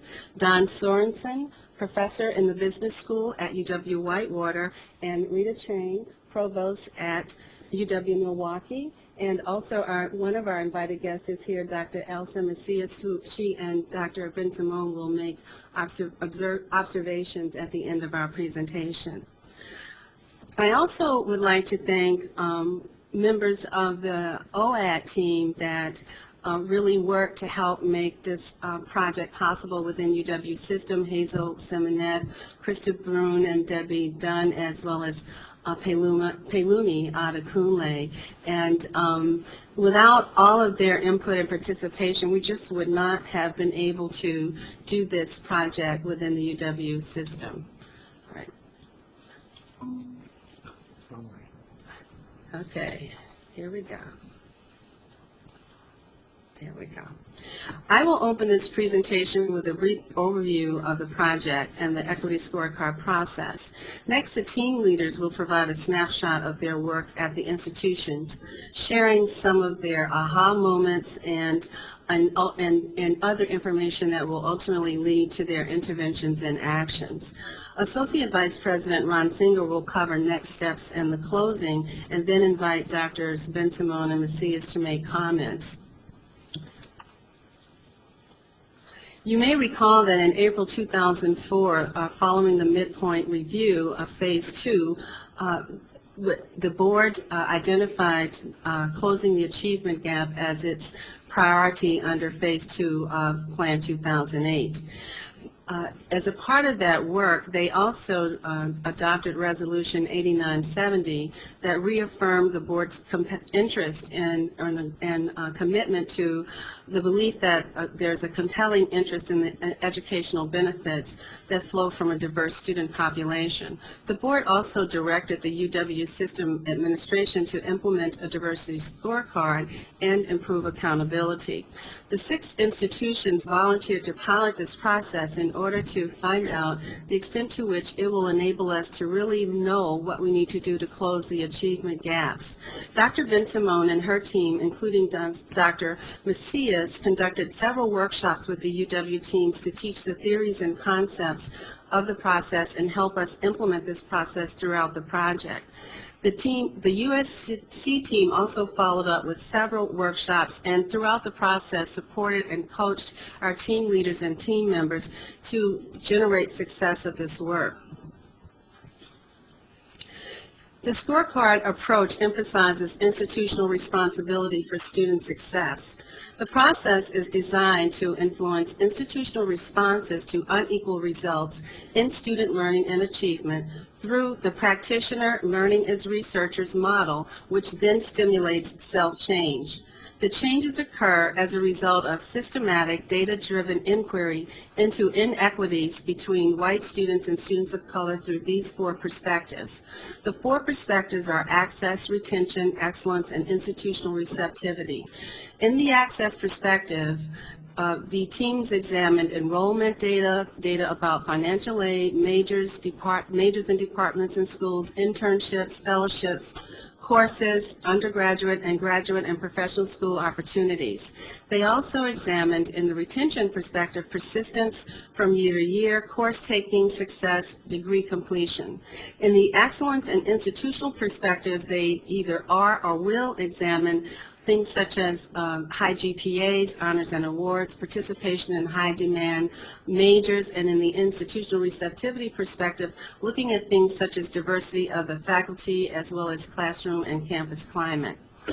You will hear from our team leaders this morning. Most of them have completed both the access and the retention perspective, and some are now working in the excellence and institutional receptivity perspective, so you'll hear some of all of those approaches. This process may sound and look deceptively simple, however, it is extremely complex. And it's hard to implement without the appropriate orientation and the ability to move from a deficit framework of analysis to one of being equity-minded. So we will hear a lot more about that presentation and the work of the teams in doing that in the next few minutes. So I would like to turn this program over to our team leaders because that's where the real work has occurred. We've had a lot of work in system in terms of coordination and providing leadership for the project, but the teams in their institutions are the ones that are really struggling with this data and looking at ways to improve the experiences and success for students of color in their campuses. Greg Lampy will start the presentations from UW colleges. Thank you, Greg. Thank you. Thank you, Vicki. Good morning, Estella. Welcome. And good morning, everyone. And I just want to echo my appreciation and thank you for providing me with an opportunity to share with you the work the UW colleges has done with the Equity Scorecard Project. Being engaged in this process has led the UW College's Equity Scorecard evidence team to having meaningful and robust discussions around diversity, equity, and institutional responsibility. The process has allowed our institution to systematically, thoughtfully, and thoroughly examine equities and inequities between and among white students and students of color. Along the way, existing data has provided a gateway into discussion. At times, the data has been emotionally painful to see, as Vicki alluded to.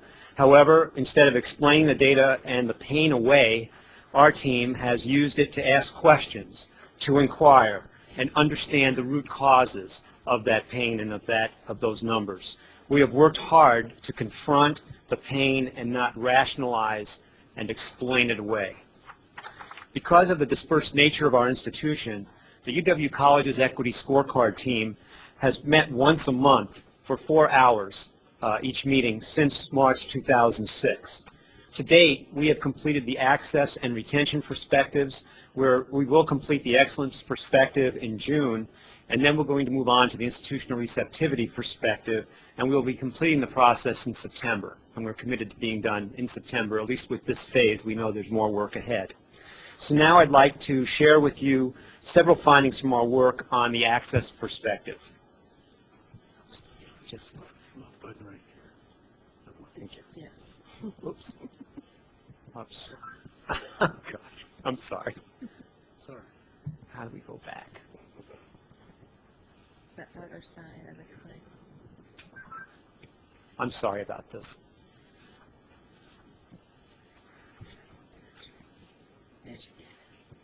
Right this forward and right back the button. Okay. Oh, you want to go back? I want to go back.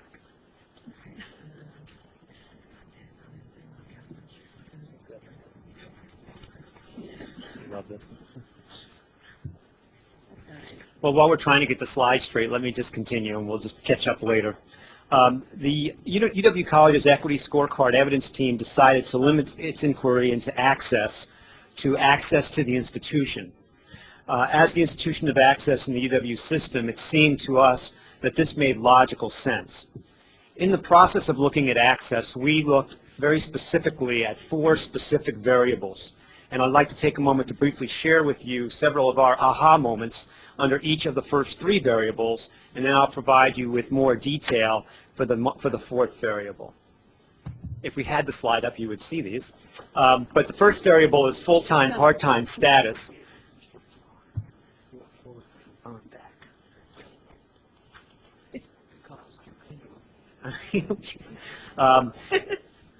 First, let's look at the full-time, part-time status. We discovered that the UW Colleges has the highest rate of part-time student enrollment in the UW system. Further, we discovered that a disproportionately high percentage of students of color attend part-time. This is especially true of African American, Native American, and Hispanic students. Under the transfer variable, we discovered that the UW Colleges receives a significant number of students of color from other UW system institutions. And under financial aid, after careful examination of multiple data sets, the UW Colleges Equity Scorecard team found no significant impact on access equity. In other words, all groups across all categories had access to financial aid. Recruitment of potential student populations is the 4th variable, and the one I want to spend most of my time with. In the end, the Equity Scorecard Evidence Team spent the most time with this variable. The question for the team to answer was, how do we measure equity and access to the UW Colleges? I will now detail for you some of the key findings that we found under this variable. And now we're back on track. So here's the slide that you should be seeing. Unlike other UW system institutions that recruit from a region within the state and beyond state borders, the UW Colleges campuses recruit primarily from their local service areas and their communities. With the exception of UW-Richland and UW-Marathon County, none of the UW Colleges campuses have residence halls. The Equity Scorecard Evidence Team decided to focus on each individual campus within the UW Colleges. Thank you. Now which way? Okay. The UW College's Equity Scorecard Evidence Team next produced and examined a large number of charts and graphs that illustrated where each of our campuses draws its students. We examined county data, both census data and Department of Public Instruction data, to see where populations of students of color might live. We also examined high schools that had contributed 75% of the student population to a specific campus, and what the racial and ethnic makeup was of these high schools. This information gave us a better tool to help understand the potential pools of students of color available to each campus. After refining our approach even more, the team developed what we call a campus/high school equity model. The model determines by high school whether or not a specific UW college's campus is enrolling proportionally based on race. In this case, the team defined equity as equal to the enrollment rate of white students at a given high school. And I'll just illustrate this with an example that will hopefully clarify what it is I'm talking about. This is, in this case, we're looking at Mena High School, which feeds a part of its graduating students into the UW-Fox Valley campus. And I'm just going to explain the chart line by line here. First, we looked at the 12th grade populations at Mena High School by race from 2000 through 2005. Second, we looked at the new freshman enrollment at the UW-Fox Valley campus by race from 2001 through 2006. Third, we calculated the enrollment rate by race by dividing new freshman enrollment by the 12th graders. Fourth, we calculated equity enrollment for each race, multiplying 12th graders times the enrollment rate for white students. And fifth, we calculated the enrollment difference between the equity enrollment, row 4, and the actual new freshman enrollment, row 2. So looking at this chart for these 5 years at the UW-Fox Valley, you can see we fell short of achieving equity for Asian and Hispanic students, while we met equity for black students, and we exceeded equity for Native American students. This chart illustrates how important it is to differentiate between the races. In the past, the UW colleges has frequently lumped all of these categories together into students of color. What you get when you begin to break down the students of color into racial and ethnic categories is you get a much truer picture of equity and inequity between and among not only white students and students of color, but between and among students of color as well. We created a chart similar to this one that you're seeing for every UW college's campus and every high school that feeds into the local UW college's campus across the state. So every single campus, this kind of close analysis for every campus and for every high school that contributes up to 75% of our enrollments across the state. We have presented this model to the campus personnel responsible for recruiting students to each campus, and each recruiter receives specific information by high school specific to their campus. So they know now the student populations and so on. Each year we're committed to providing these recruiters with an updated model with current high school 12th grade population data. So we'll simply repopulate each of these models each year to bring our recruiters up to speed. In conclusion, the Equity Scorecard has provided the UW colleges with an opportunity to have an institution-wide discussion around diversity, equity, and institutional responsibility.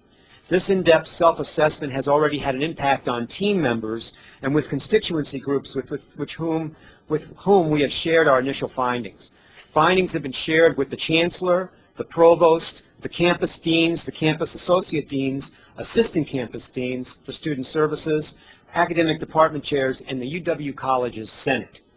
I have witnessed and experienced firsthand along the way the provocative and transformative nature of this very in-depth and exciting process. And with that, I'm going to hand it over to my colleague, Al Thompson, who's the team leader for the UW lacrosse team and assistant to the chancellor at UW lacrosse. Greg, thank you. At this time, first of all, let's say good morning from University of Wisconsin La Crosse. And I am very happy to be here in front of the Board of Regents. I also want to give thanks that our team of Equity Scorecard team members at UWL have done a tremendous amount of effort and work over the last year. And mainly that effort is due to the fact that they see the goal, they see the opportunity of making a difference and closing the gap between achievement between students of color and majority students. At this time, we're handing out was something that we're very proud of, which is called By the Numbers. This publication that was presented and done by our institutional researcher, Terry Thiel, offers the opportunity for our campus to stay updated on what the team is doing throughout the process. It's also on our website, as well as our reports and our PowerPoint presentations and our overall reports for each of the perspectives. That allows us to stay in communication lines and linkages with our campus and with the larger community. Just like Greg has said, we have worked hard, and our team has already completed the first 3 reports of access, retention, and excellence. We still have institutional receptivity to do. We're planning to complete that by the end of the spring semester. And based on that, we hope to hand the reports over to the Chancellor, Chancellor Gao, later in the summer. And from that, we hope to take those findings and recommendations, move them out to the campus, and move a process along of making institutional change on the process of Equity Scorecard. We took a different approach with selected access indicators. We wanted to know several things. We wanted to know from high school graduation till the time they arrive at UWL, what was the pipeline? What was the pool of applicants, and how were they affected by the process until they walked into our doors and became students at UWL? Based on that, we asked these 4 questions. Do students of color enroll as first-year students at the same rate or the equitable proportion to high school graduation proportions? Do students of color apply to UWL in equal proportions to those who take the ACT? Are students of color admitted in equal proportions to applications? And do students of color enroll in equal proportions to those admitted?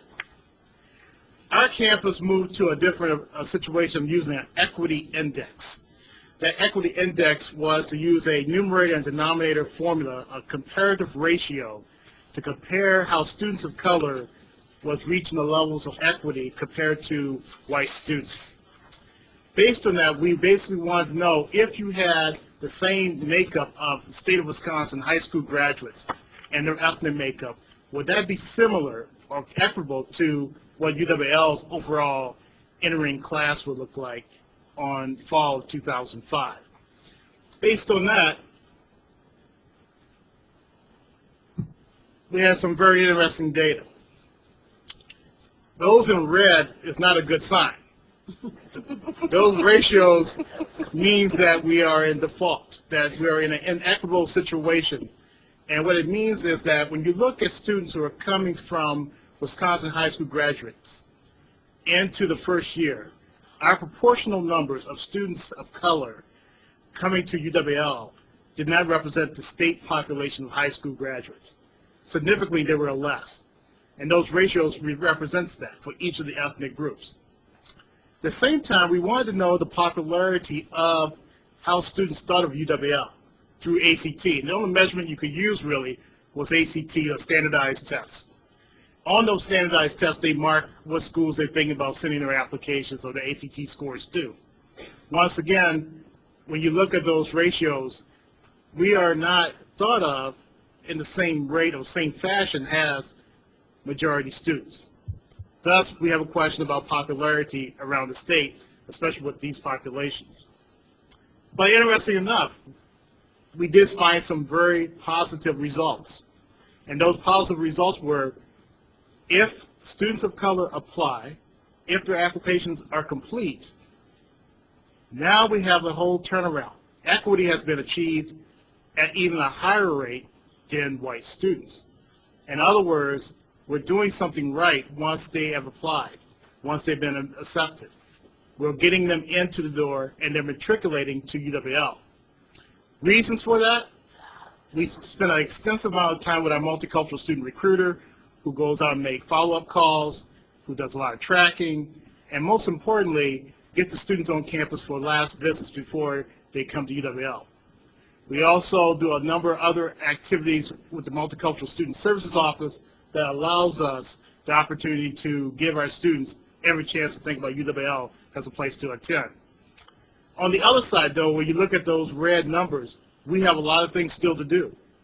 And that is to increase our recruitment efforts and our pre-college efforts in these areas of southeastern Wisconsin to raise that ratio, to raise those numbers so that the equity levels will rise up to the levels of white students. We're not going to diminish the white students' levels. We want to increase the levels for students of color.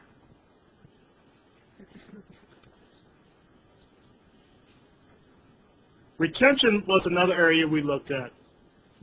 And UW has always had, in the last decade, great enjoyment and satisfaction of how high our retention rates have been on our campus. We have had retention rates that hover around 85, 86%. And if you go around campus, people in general, without knowing the data, will say, well, students of color leave at a high rate, at a much higher rate than white students. So our team thought, we need to look into this and find out if this is accurate. These three questions were posed. Are the proportions of students of color who return for a second year equal to first year proportions? Are the proportions of students of color who graduate from UW within 6 years equal to the proportions who started as new freshmen? And are the proportions of students of color who receive passing grades in general education courses equal to the proportions of students who registered for the courses?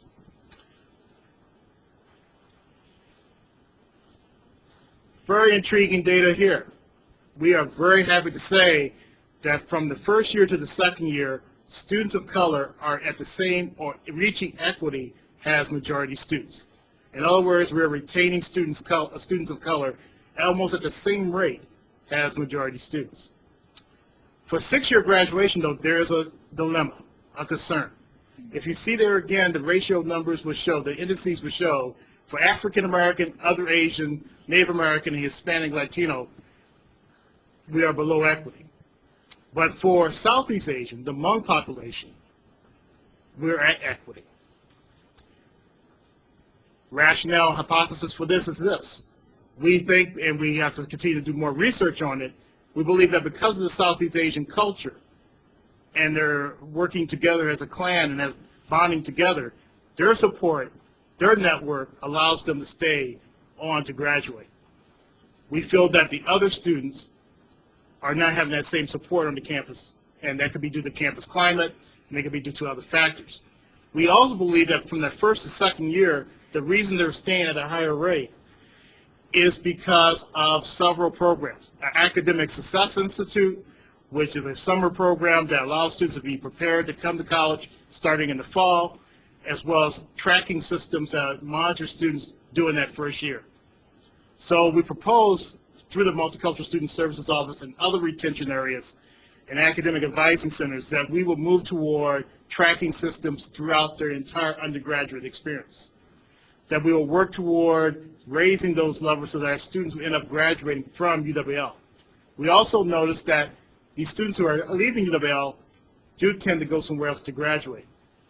So it's not always due to academic situations. General education passing grades to enrolled students. The areas that we need to talk about is that English Lit and History are all achieving equity, but the social science, the lab sciences, and math are not. It was fortunate on our committee that we had the department chair of mathematics who was there. When he first seen the numbers, by the fact he was one of the co-authors of the retention report. When he seen those numbers, he was somewhat surprised. He was somewhat not ashamed, but disappointed. But most important, what he did was he took it back to his department, and they took action. The actions they have taken are powerful. They're planning to advise and have placement information provided to students so that all recommendations about what to take in math are done in a much earlier stage. They're planning to enroll students in the required math in sometimes a delayed fashion so that students will have time to prepare for the courses they need to take. And for transfer students sometimes lacking the appropriate guidance and advising as to which math course to take, when they transfer to UW, they will provide that type of advising so that the students can be ready to enter into their math department. Wrapping up, the major aha is this. As you go through the reports of access, retention, excellence, and institutional receptivity, we see a transfer of information from all the perspectives to each other. The story is told from beginning to end. And it's powerful because when you see people sitting around the room as a team spending the time they have, their eyes light up when they can see the connection and connect the dots They know they're doing something very powerful. Our next step is now going beyond the team, beyond the administration, but taking it out to the departments, taking it out beyond all parts of the campus for more dialogue and for the brainstorming of other equity reports. Thank you. And now I turn it over to Margaret. Thank you very much, Al. I want to thank the Board of Regents for giving us this opportunity. I'm honored to be here. And I want to thank the Equity Scorecard Evidence Team of the University of Wisconsin-Oshkosh, which is comprised of a smattering of representation across the colleges and across units on the campus that are linked to this work.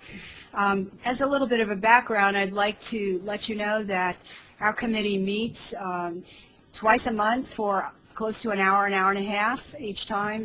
We have a teleconference with USC, and Elsa is with us usually on the telephone. We also have Hazel Simonet also with us at least twice a month, and on occasion she does drive to be with us from Madison. So it's a very high-powered, intense activity that's been going on, and it's very rewarding, and it also is saddening at times and very brutal, as Chancellor Wells just mentioned.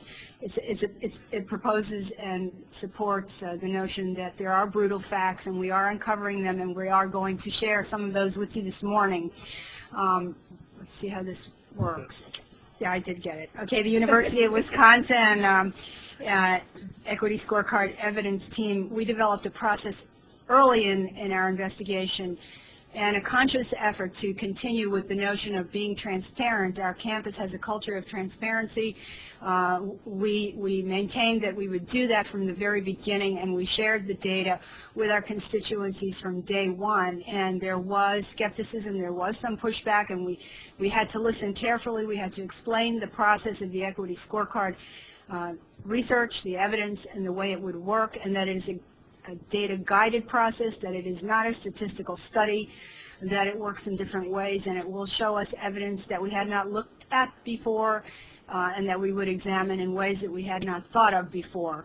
I want to share with you some of the people that we first brought our beginning access, and we front-loaded this project quite heavily in the area of access. We immediately took it out to the provost administrative staff on several occasions, and one of those meetings we had close to a 2-hour discussion about just the process itself.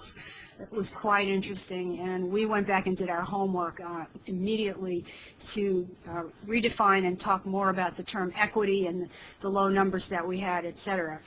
We brought it back and had subsequent discussions that were very engaging and more positive.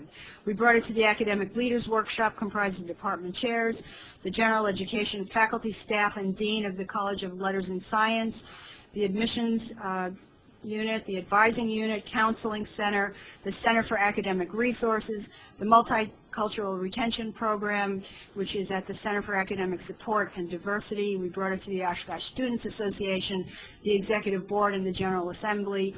And our faculty team members have been formally brought some of the data before students. We don't like to bring the data out in a setting that's not contextually set. We want to frame it with what we're doing, because the data sometimes is as the Chancellor mentioned, brutal. So we do admit before you today that access requires our continuing study to learn more about the students of color who make application to our university, are admitted, and do not matriculate. We're still working in that area, but the team today decided to present data to you on the D, F, and W report, that is, students who receive a D, an F, or withdraw. And this is what Chancellor Wells was referring to, that we feel is brutal. We decided to bring this to you because of the sense of urgency in the report, and because we believe it is so acutely related to closing the achievement gap between students of color and their white counterparts. It is at the heart of the matter, and those students are with us today, and we felt and believed that we had to share this with you, and we wanted to tell you what we did as soon as we uncovered the data, which was at the almost exact same time that the Higher Learning Commission was here. So it was really frightening all the way around. Truly. I was involved with the Higher Learning Commission, and the theme has always been transparency, but boy, some of us wanted to really run and hide just a little. We believed at first that we would find inequities, and we hate to admit it, in the area of math and science. We felt that that would happen, and knowing what we knew, we wondered how we could have existed without this study and not uncovered it factually. But we did believe that it would show in math and science. So we generated a D, F, and W report on 32 of our introductory and gateway courses, as you can see on the slide.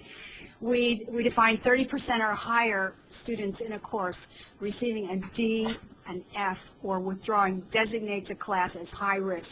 And this is not a term that we made up. This is we had the Center for Academic Resources, who is a brilliant, nationally known student support service person, looked this up, and that is a national standard for a high-risk course when 30% or more fail it or get a D or an F or a W. Then we went further, and Mike Watson, who is our Office of Institutional Research person, and he's here somewhere, defined very high risk, unfortunately, at the 50% or higher, earning a D, F, or a W in a course.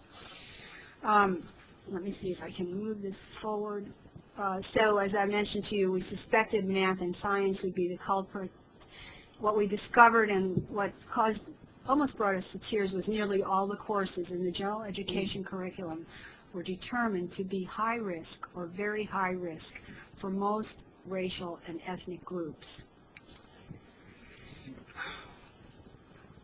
And this is the chart that shows you what we uncovered, and Mike Watson put this color here to just emphasize the point. But these are the high-risk courses, and we aggregated the data from 1999 to the fall of 2006. If you look at a Math 100 level course, and these are 4 courses that we selected. There are 32 of them. We tried not to identify the faculty, the course, precisely exactly, but these are 2 100 level courses and 2 200 level courses. The biology course is like a gateway course to nursing studies, and some of the others are just as important. And I'll tell you a little bit about the actions that we took in a moment. But as you can see, between 1999 and the fall of 2006, 42 African Americans took this particular Math 100 level course. 40.5% earned a grade of a D, F, or a W. American Indians, 58%. 50 students took that course, and 58% earned a grade of D, F, and W. And as you can, I won't read through the whole chart, but you can read through it while I'm speaking. And what I want you to understand and know is that immediately we took this on and told ourselves and made sure that we understood the basis of the Equity Scorecard Project, that this was an institutional responsibility. This was our responsibility to remedy, to work with. These students were here. It was our moral and ethical responsibility and our academic responsibility and our responsibility to the mission of this university to immediately act on it. So this occurred during, as I said, the Higher Learning Commission visit, but what we decided to do immediately was take this information to the dean and the faculty who are teaching these courses before anything else occurred. We asked them if they would like to meet with us and to visit with us, or we would come to the college.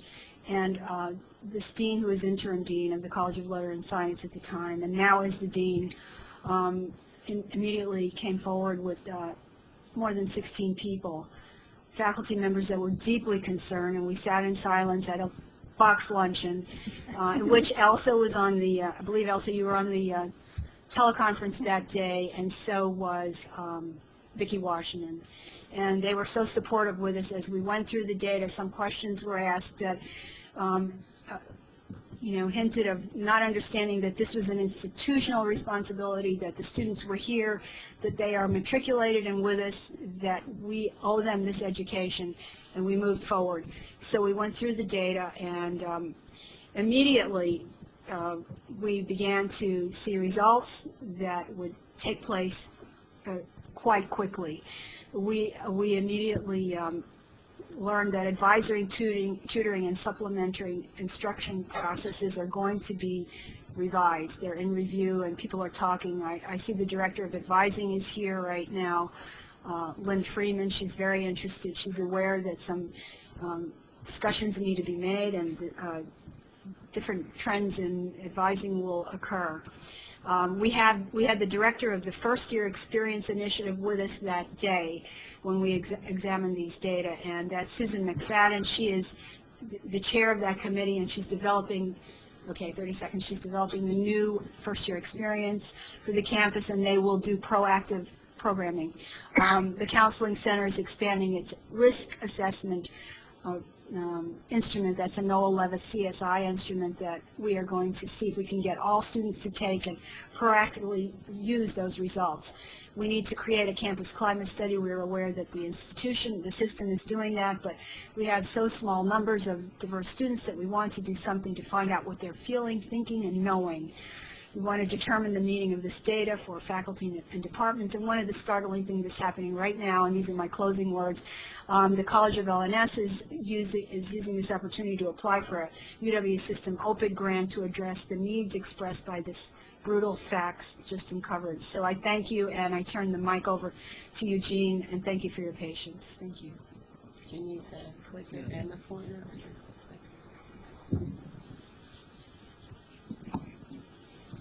Thank you. Good morning. Before I actually start, I wanted to also recognize our team, and there's a couple members of our team at Parkside who are here. Sal Carranza from the UW System office, and also Bill Blanchard, who's a co-leader of our team, is sitting behind me. He's the institutional researcher, so if you have difficult questions, Bill's here to answer those, so, which is good. At UW Parkside, as many of you know, one of our real strengths is in the access area, and what I mean by that is illustrated somewhat in these two pie charts that you see on the board here. And on the left is the total undergraduate student population in the fall of 2005, broken down by racial ethnic group. On the right is the entering first-year class, broken down in the same way in the fall of 2005. And what I mean by the strength is that at UW Parkside, over 20% of our students are students of color. 65% of our students are first-generation college students. 40% of our students are from the lowest two quintiles socioeconomically. And additionally, the diversity, the ethnic diversity, certainly is growing. And as you can see from these two charts here, the African American population stands out here. That in the total undergraduate population, you can see it was about 9.9%, but in the entering first-year class, it's up over 15%. So it's growing, and we're very proud of that fact, and we think it's helping our climate and our overall educational offerings at Parkside. And in this way, we think we're serving the Racine-Kenosha community very well. Additionally, though, as we looked at issues of access, we identified gaps as well. So an example of that is Latino students make up about 7 to 8% of the high school graduates from our feeder high schools. We have about 6.3% Latinos on our campus, so that's a gap there that we are looking to address. Further, when we looked at the 2000 census data in the Racine-Kenosha area, over 13% of the 18 to 19-year-olds in Racine-Kenosha are Latino, which indicates to us that there are problems earlier in the system, in the K-12 system, of students not getting through to graduation. Another gap was in the African-American population when we broke it down by gender, as African-American males actually are underrepresented and often are not making it through to high school graduation as well in the numbers that they should be.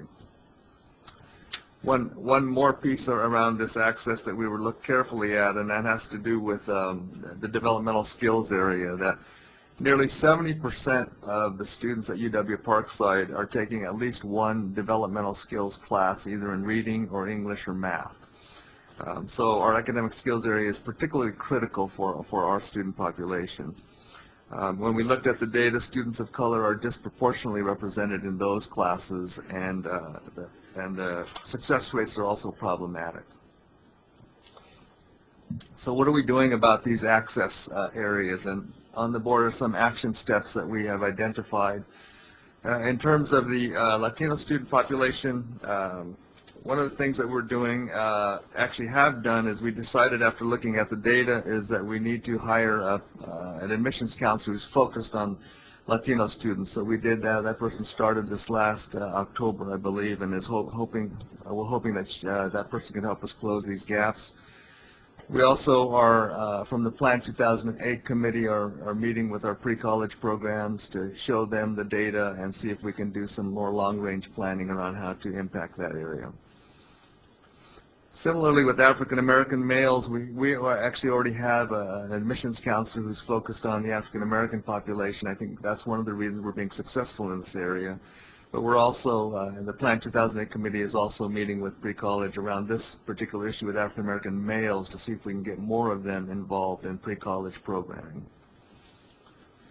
The academic skills course area is the last one up here, and one of the things we recognize is when we have the large percentage of students that we do going through our academic skills area, is that the majority of our classes in that area are being taught by adjuncts. And I think that's one of the issues that we face. So one of the solutions we came up with is to, at least in part, to start to address it, is hiring a full-time lecturer to teach academic skills in mathematics, and we're currently searching for that position right now.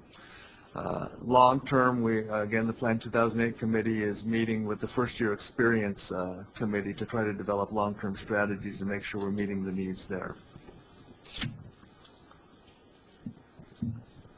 So moving to retention. Retention and graduation. The pie charts that you see here immediately reveal some equity issues. In this snapshot of the first-year students in the fall of 2000, on the left you see 823 students broken down by racial ethnic group. The pie chart on the right shows the breakdown of the 231 students from this cohort who graduated 6 years later. If there was equity, we would expect to see the slices of the pie on the right be approximately the same size as the slices on the pie on the left. Obviously, we're looking to see how to improve the graduation rate for all students, but you can see the largest inequities are for African Americans, which is the yellow slice there. Latinos and Latinas in the light blue section, and American Indians as well. So given that, we wanted to take a look at a larger group. So, and this is where we get to, our own brutal facts in some ways. So in taking a broader look at the four cohorts you see here from 1997 to 2000, we examined the 6-year graduation rates combined for these 4 cohorts. When broken down by race ethnicity, you can see the areas of inequity here. The overall graduation rate of 27.4% on the far right compares favorably with our peer institutions that serve populations similar to ours, but we know we can do better than that as well. In terms of inequities, when you compare this overall rate with the American Indian and Alaska Natives at 10% on the far left and African Americans at 18.3%, we can see this is where we need to focus considerable attention to close the gaps. We also examined the data on Parkside students graduating from other UW institutions and extending the time to graduation out 12 years. And interestingly, when we looked at that, these 2 indicators, our overall graduation rate goes up, but the gap between white students and students of color actually gets larger. We also looked at the graduation rates broken down by gender, and most disturbing was the graduation rate for African American males at 12.8%, or 15 out of 117 of our African American males in these 4 cohorts graduated.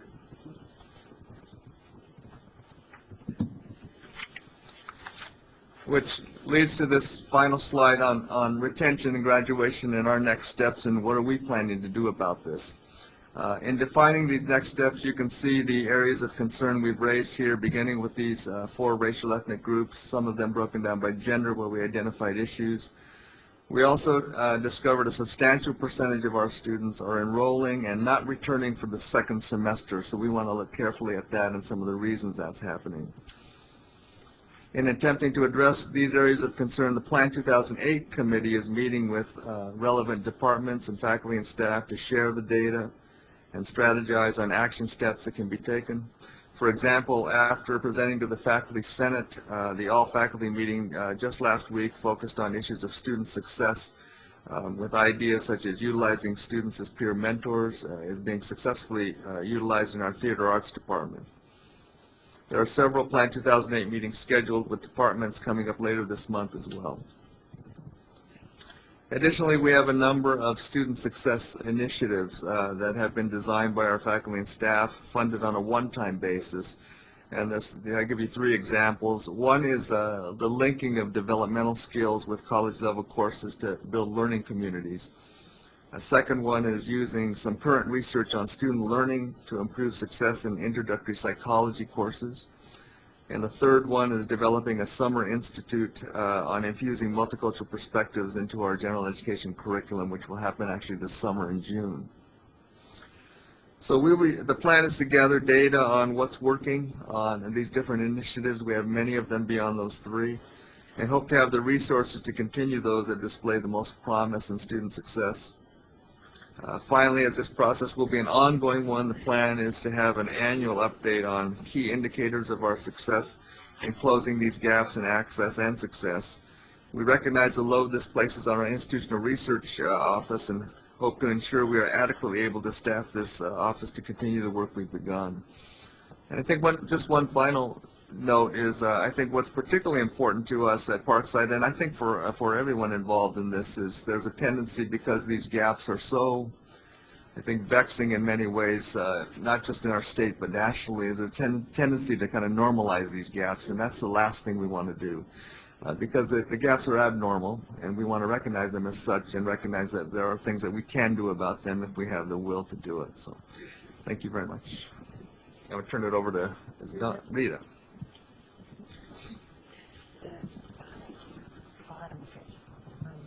Is it intuitive this way? Was it right or up and down? Left. Left.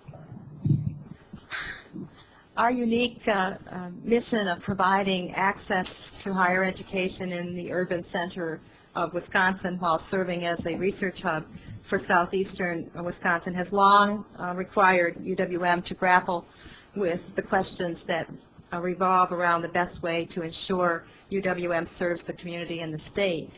In recent years, that process has led UWM to engage in campus-wide discussions and a data-driven launch of initiatives that allow for a deeper examination of how we are doing and if we are doing enough. These initiatives included the Milwaukee Commitment 2 and the Access to Success initiatives. The value of the Equity Scorecard Project is that it serves as a research arm to our Access to Success blueprint and also the school and college retention efforts. It provides great value in presenting the data in a format that forces deeper inquiry.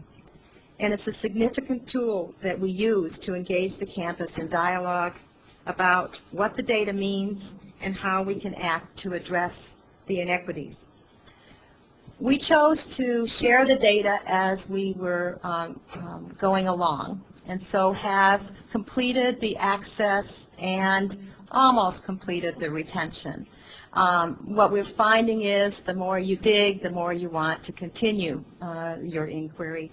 But we have affected change on the campus as we've implemented the scorecard, because we didn't want to wait until we were comfortable with all of the pieces, knowing that we probably wouldn't be comfortable ever.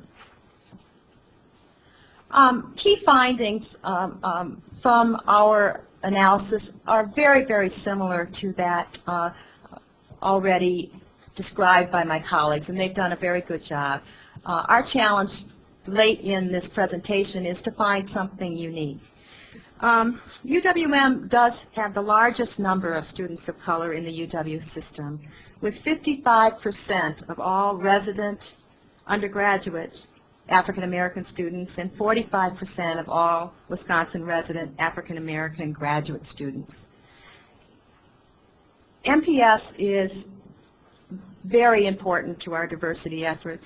51% of our African American students and 29% of our Latina students and 44% of our Southeast Asian new freshmen come into UWM from MPS, compared to 2% of our white students.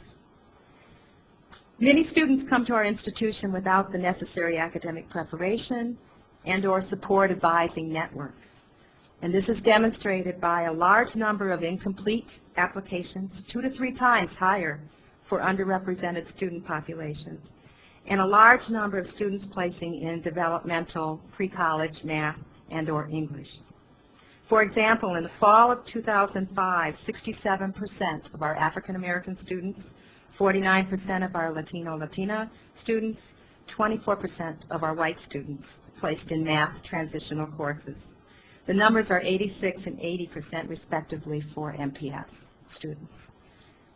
UWM also leads the system in the number of transfer admissions, with MATC being a key partner for that effort. We've had extensive discussions with admissions and enrollment staff, recruitment specialists, pre-college and financial aid staff, and had responded with recruitment and pre-college efforts that include opening 2 satellite offices for proactive connections to students and families, ACT prep courses with fee waivers, increasing the number and ease of the process of getting a fee waiver for an application, holding application days and financial aid awareness days in MPS, providing a comprehensive review of all at-risk applicants, and offering increased scholarships to students. This was all done through an analysis of the application process from enroll, admit, and actually in getting into our courses.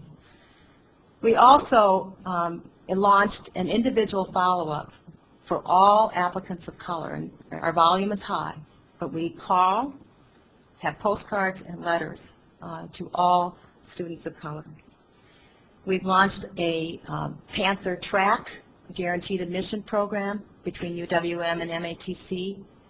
And significant to the conversation so far, our math faculty have engaged in a partnership with MPS and MATC to align the math curriculums to reduce the number of students who need developmental work coming into the institution. And that is supported by the National Science Foundation.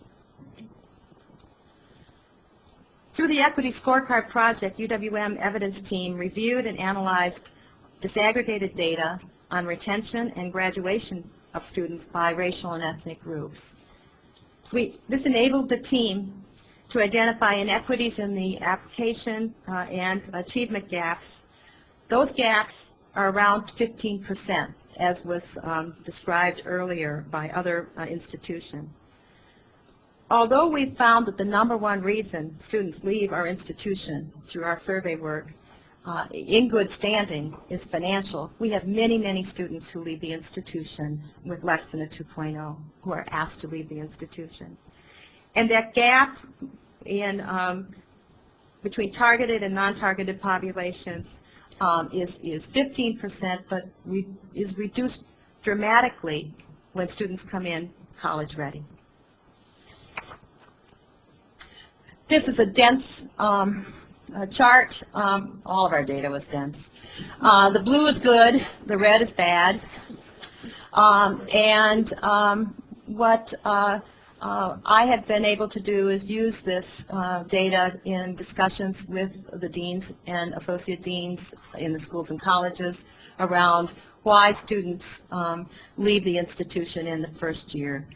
Why pre-majors in some fields seem to be doing better, and what kinds of institutional structures we have in place to support students. But you will see on the top, African American students persist to the second year at a rate of 55%, whereas our overall average is 70%, and our white students drive that by their sheer number at 72.5%.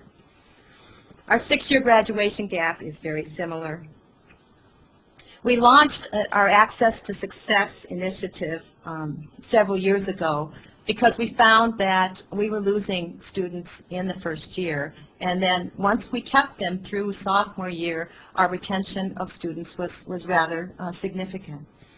What we want to do as an institution, of course, is to raise the bar for everyone, but we also want to, through our interventions, to reduce that gap.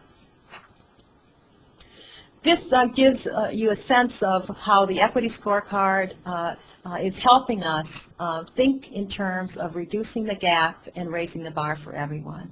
As the purple or lilac bar shows, we have a 15% gap in targeted versus non-targeted populations retention in the first year. We have a similar chart for every ethnic population.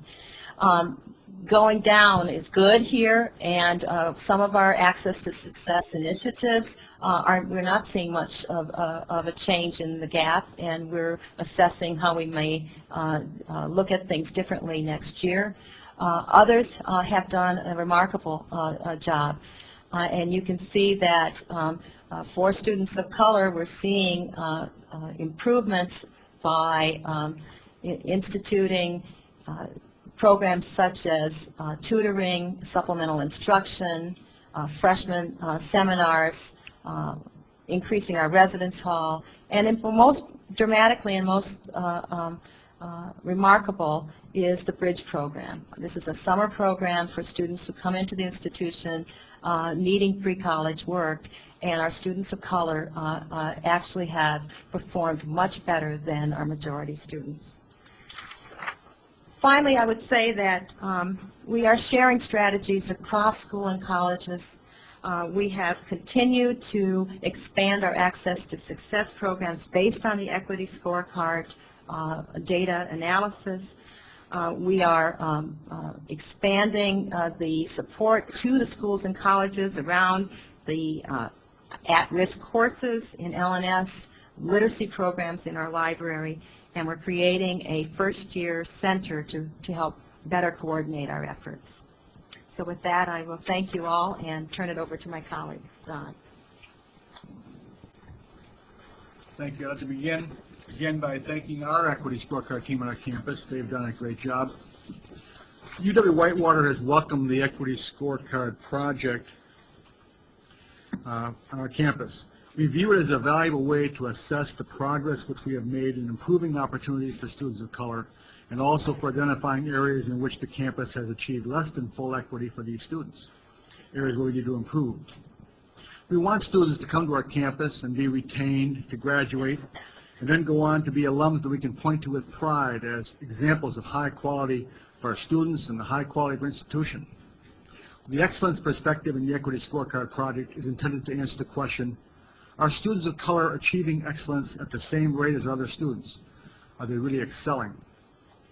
Our first task on the team was to gather data. This data already existed, but we needed to organize it in new ways such that we could see evidence of how each group of targeted students of color achieved success. We also needed to decide how to measure success. After consideration, we decided that a single measure of excellence would not suffice. While overall grade point average was an obvious measure of student achievement, it missed a number of important elements associated with success. For example, we know from talking to companies who employ our graduates that they want our high-quality students. And while grade point average is one measure of quality, employers also want to know the extent to which the students have been involved in activities outside the classroom that demonstrate leadership, motivation, perseverance, communication skills, etc. Our Equity Scorecard team thus decided to try to identify additional measures of excellence beyond the grade point average. The team finally settled on 3 measures. We'll look at each of those. Each of the 3 focused on excellence, but each showed a different piece of the picture. Our findings were interesting and somewhat surprising. Our first measure of excellence was the rate at which students of color achieved university honors upon graduation, which in our case means earning a cumulative GPA of 3.4 or higher. Here's what we found. If you look at the last column particularly, you'll see that the rate at which white students achieved this level of excellence was 33.1%, and for every category of minority students, it was less than that. Based on this data, we have chosen to target this as a campus priority for improvement. Our Plan 2008 committee will work to identify specific strategies that can help, and we will continue to monitor our progress each year. The second measure of excellence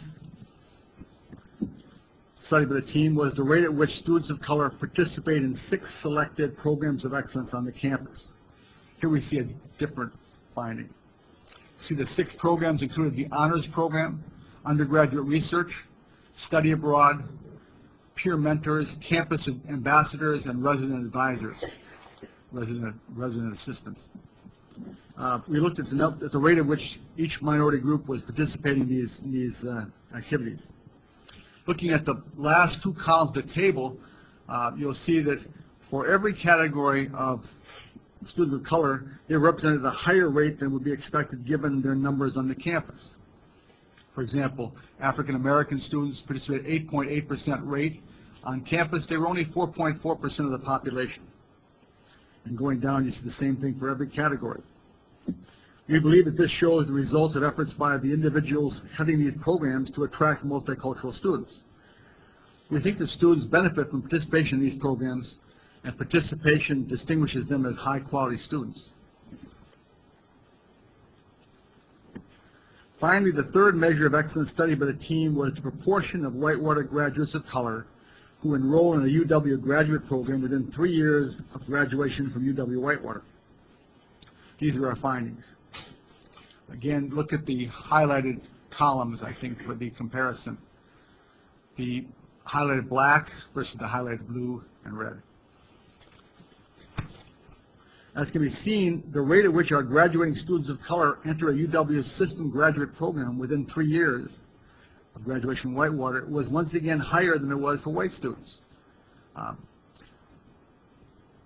To interpret it, I guess you'd say, for African Americans, for example, 2.3% of the students entering a UW graduate program within 3 years, 2.3% of the population graduated from Whitewater, and 4.5% of the graduates entering a UW system program were African American. So almost twice as many as we'd expect.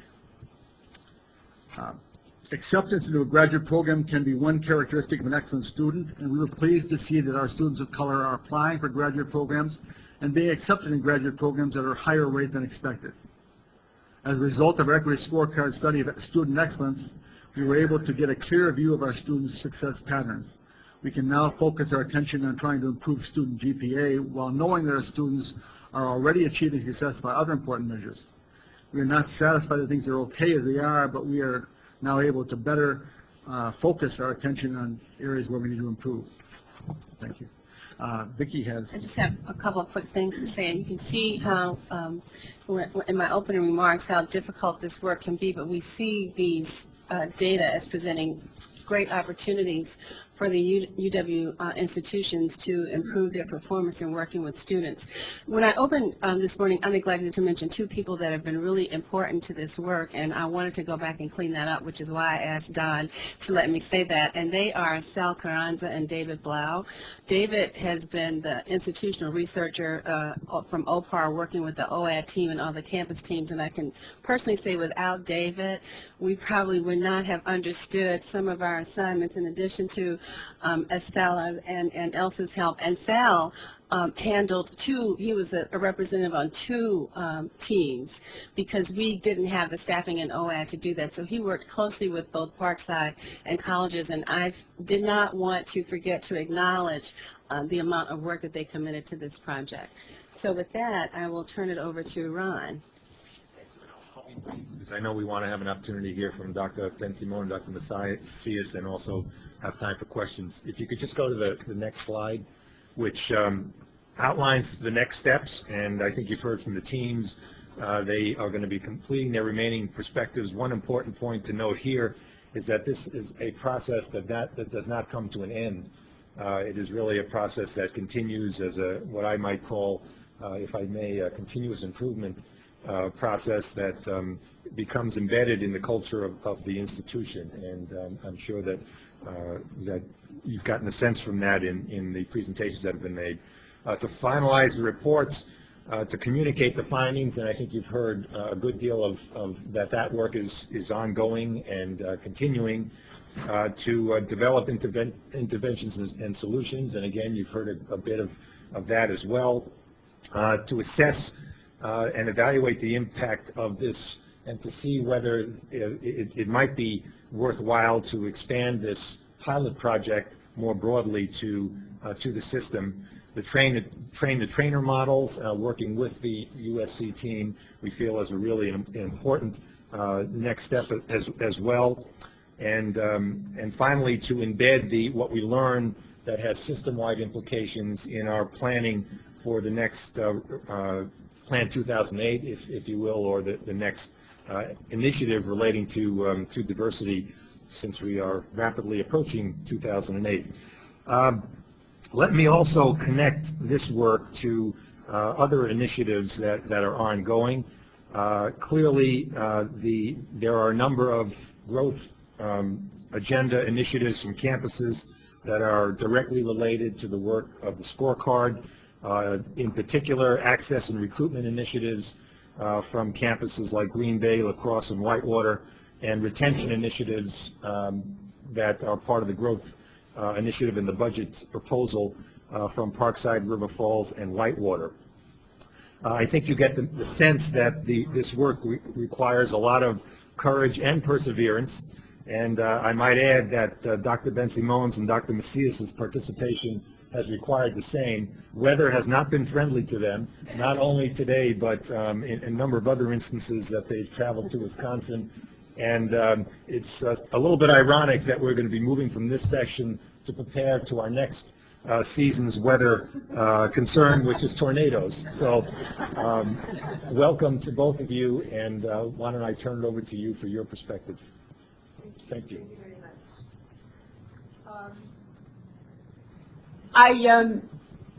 I think I felt like crying when I heard the presentations, not because of the data, but I feel like almost like a mother. And that here were, and I don't mean this in any way, in a patronizing way, but I felt like, here were my children presenting, and so it's really wonderful to see this presentation and the interest and how successful the project has been here in Wisconsin. I don't think I ever imagined that it would turn out this way, and I really congratulate all of you because of all of the work that you have done. It's an amazing leadership group, everyone here as well as everyone in the teams, and I also want to congratulate and give my admiration for the board, because this takes a lot of courage to do this kind of work, and also to listen to it and to engage in it. So I hope that President Riley maybe will call President Reed or Chancellor Reed in California of the California State University system and encourage him to do this. I did say yesterday to someone who was asking me about the project in Wisconsin, and I said we have been more successful in some ways in Wisconsin than in our own state. And I said, I think Wisconsin, well, you are much more progressive in many ways, because you have been able to resist all other kinds of initiatives. You only brought the good one from California.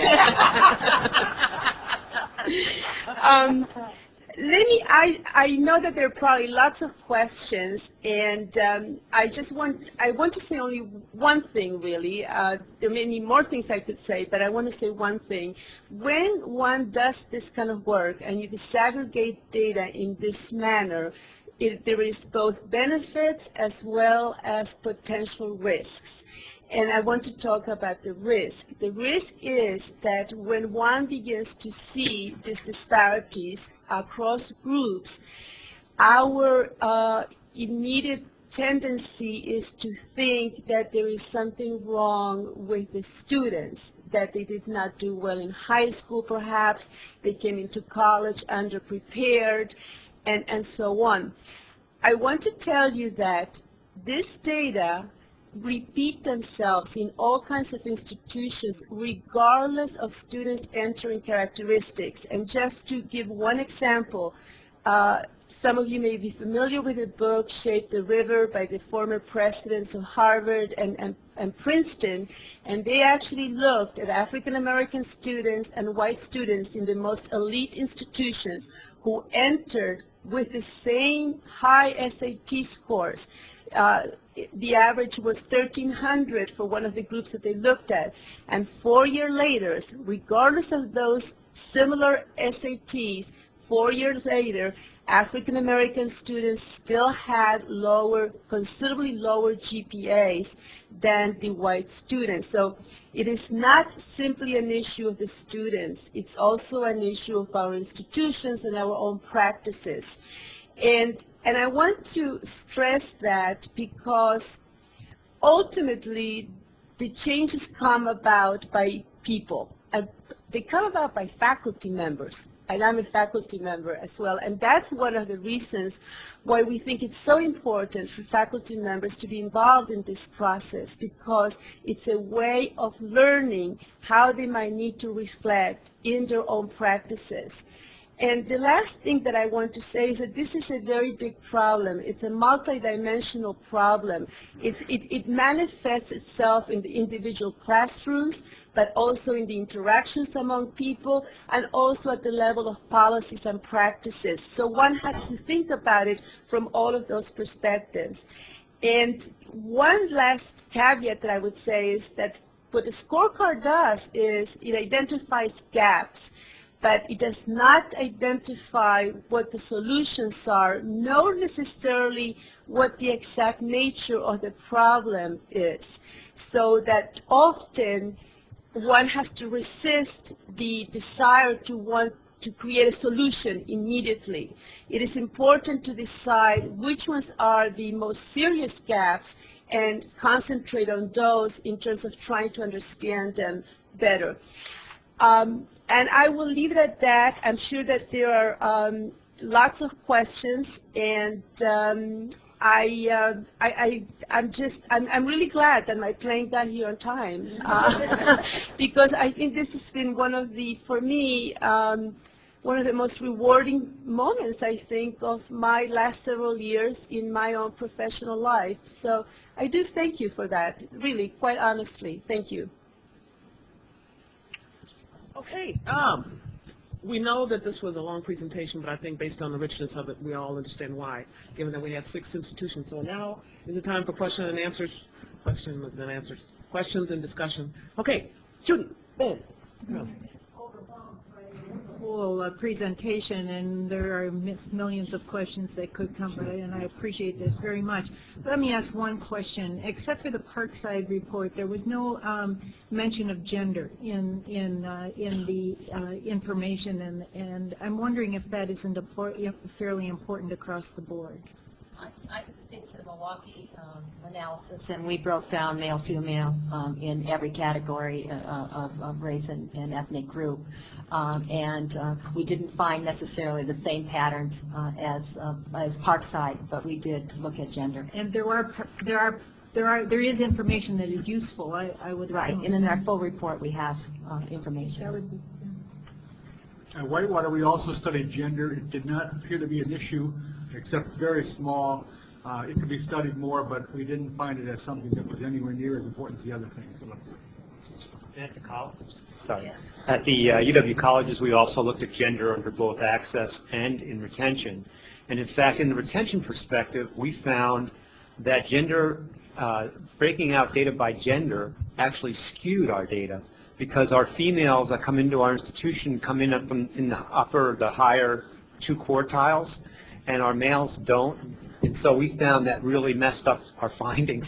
And so, not that we wanted to dismiss it, and it's actually treated very carefully in our report, but we looked at it and very carefully came to the conclusion that while it is a variable that needs to be considered, it did have some interesting consequences on our overall findings. Okay, Tom? I was going to say the UW-Oshkosh did look at gender differences with regard to the D, F, and W report, and we did find some unique differences among gender with regard to different racial groups that we need to focus more on. Thank you, Madam Chairman. I have a general question, and I'd like to follow it up with a specific question about Oshkosh. Okay. I don't know if these are brutal facts. I think these are the same facts that have been around the system for decades. We were supposed to ask the hard questions to a gentleman named Bill. Bill,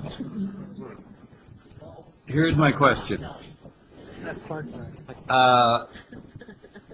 On page 7 of the material given to the Regents, under examples of key findings, there's something amazing here, and that is that it says assumptions about high GPAs, class rank, and test scores automatically resulting in student success are not supported by the data.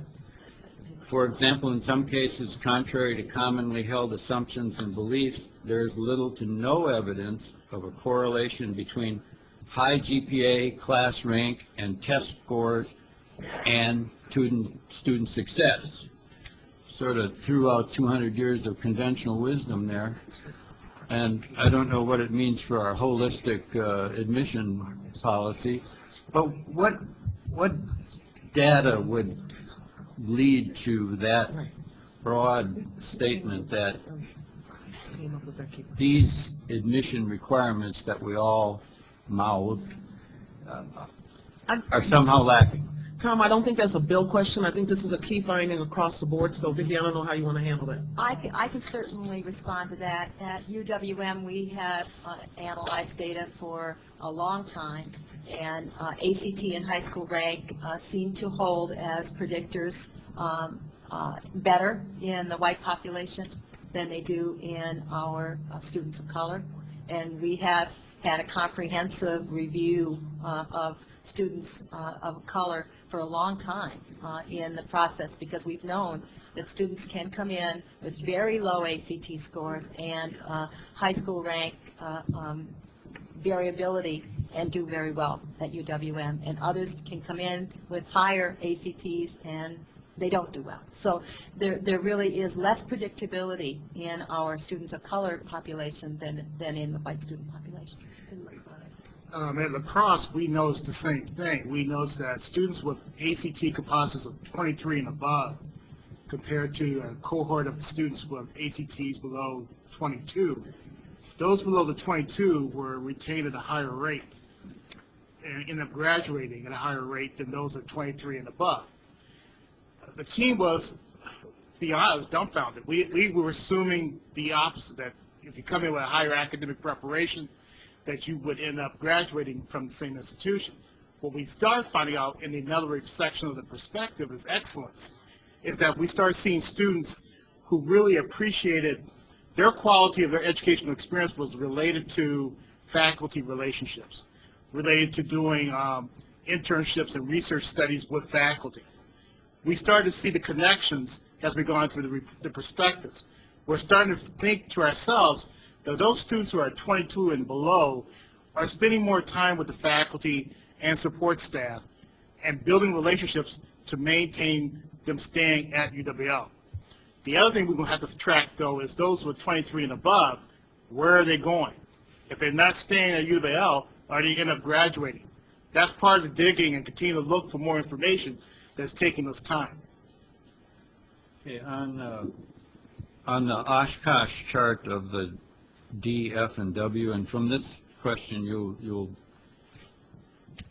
learn I'm not reading that same book Mary is reading.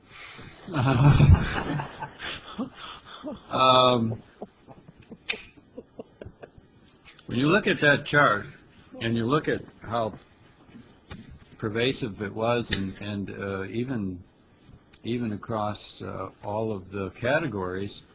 Are you sure there isn't something wrong with the way these courses are being taught? That was nowhere on your discussion list. Well, And I mean, you have a professor, and I wish we could get that chart back up. They're trying to get it for you, Tom. Slide 16. Can you put that DFW chart I back thought up? they're trying.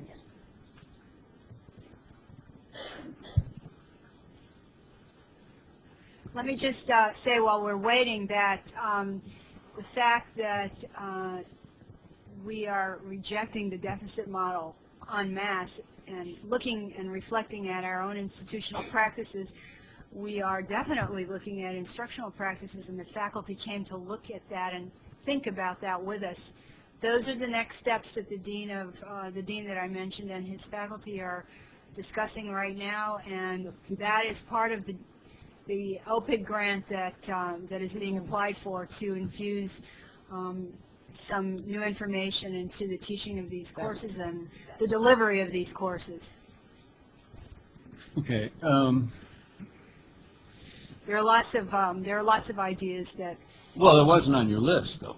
No, but there may be something wrong with the way these courses are being taught. If I could, I think Go ahead. that's an excellent question. And Yes. As a faculty member, I would say that if we were doctors, we would want healthy patients. We always want students who know what to do, but that's obviously not the case. But I don't think that with faculty members, I think that they need to become involved in this process in order for them to come to the point of beginning to think about their own practices. And that is probably one of the most difficult things to do. We're finding in all of our institutions in California, the tendency is to externalize the problem. And what we are trying to do through this process is to get faculty members through a non-threatening process to begin to think about what might be happening with what their own knowledge is inadequate. Can I piggyback on that a little bit at Forest side? I know that we were able to obtain some one-time funding that we mentioned earlier, and these are all faculty-driven initiatives on looking at how they're teaching these classes, and that's where these initiatives around building learning communities, around looking at some of the latest research on how students are learning, teaching it differently. So these are all, I think, connected with that very question. So I think it's a really important question as well, and that's part of what this is all engaged in, is how do we teach things differently, how do we support students in a different way that will make the success more equitable. I would just also add that OPID and local campus instructional development offices have begun to incorporate this kind of thinking into the professional development, both at the system level and at the campus level. Course redesign, the first-year experience is something that's on all of our agendas.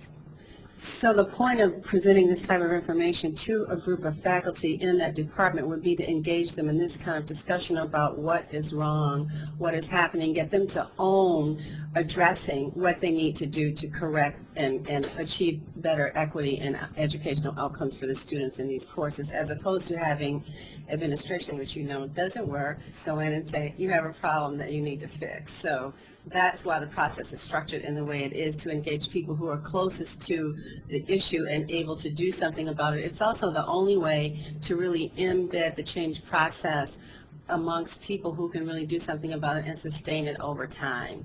So this is why the process is structured like that. Okay, we've got maybe time for maybe one or two more questions. I'm sorry, but I think we got to do box lunch and get downstairs or wherever it is we're going. Milt. Congratulate all of you for your hard work and what you're doing. And I guess the question that I have, you know, in terms of change process, and we're looking at professors and talking in terms of doing strategies for the way that they teach kids who are coming. Are we looking at the schools of education within the UW system that will prepare teachers who are out there for the high school and the middle school to deal with the application of what you're trying to do. Because from where I come from, 42 years in public education, the hardest part for me is to find a person, and maybe can attest to this, the hardest, when we have student teachers who come into us prepared academically, but not prepared for classroom management, not prepared for all the other things that they're going to get within the system, we got a problem.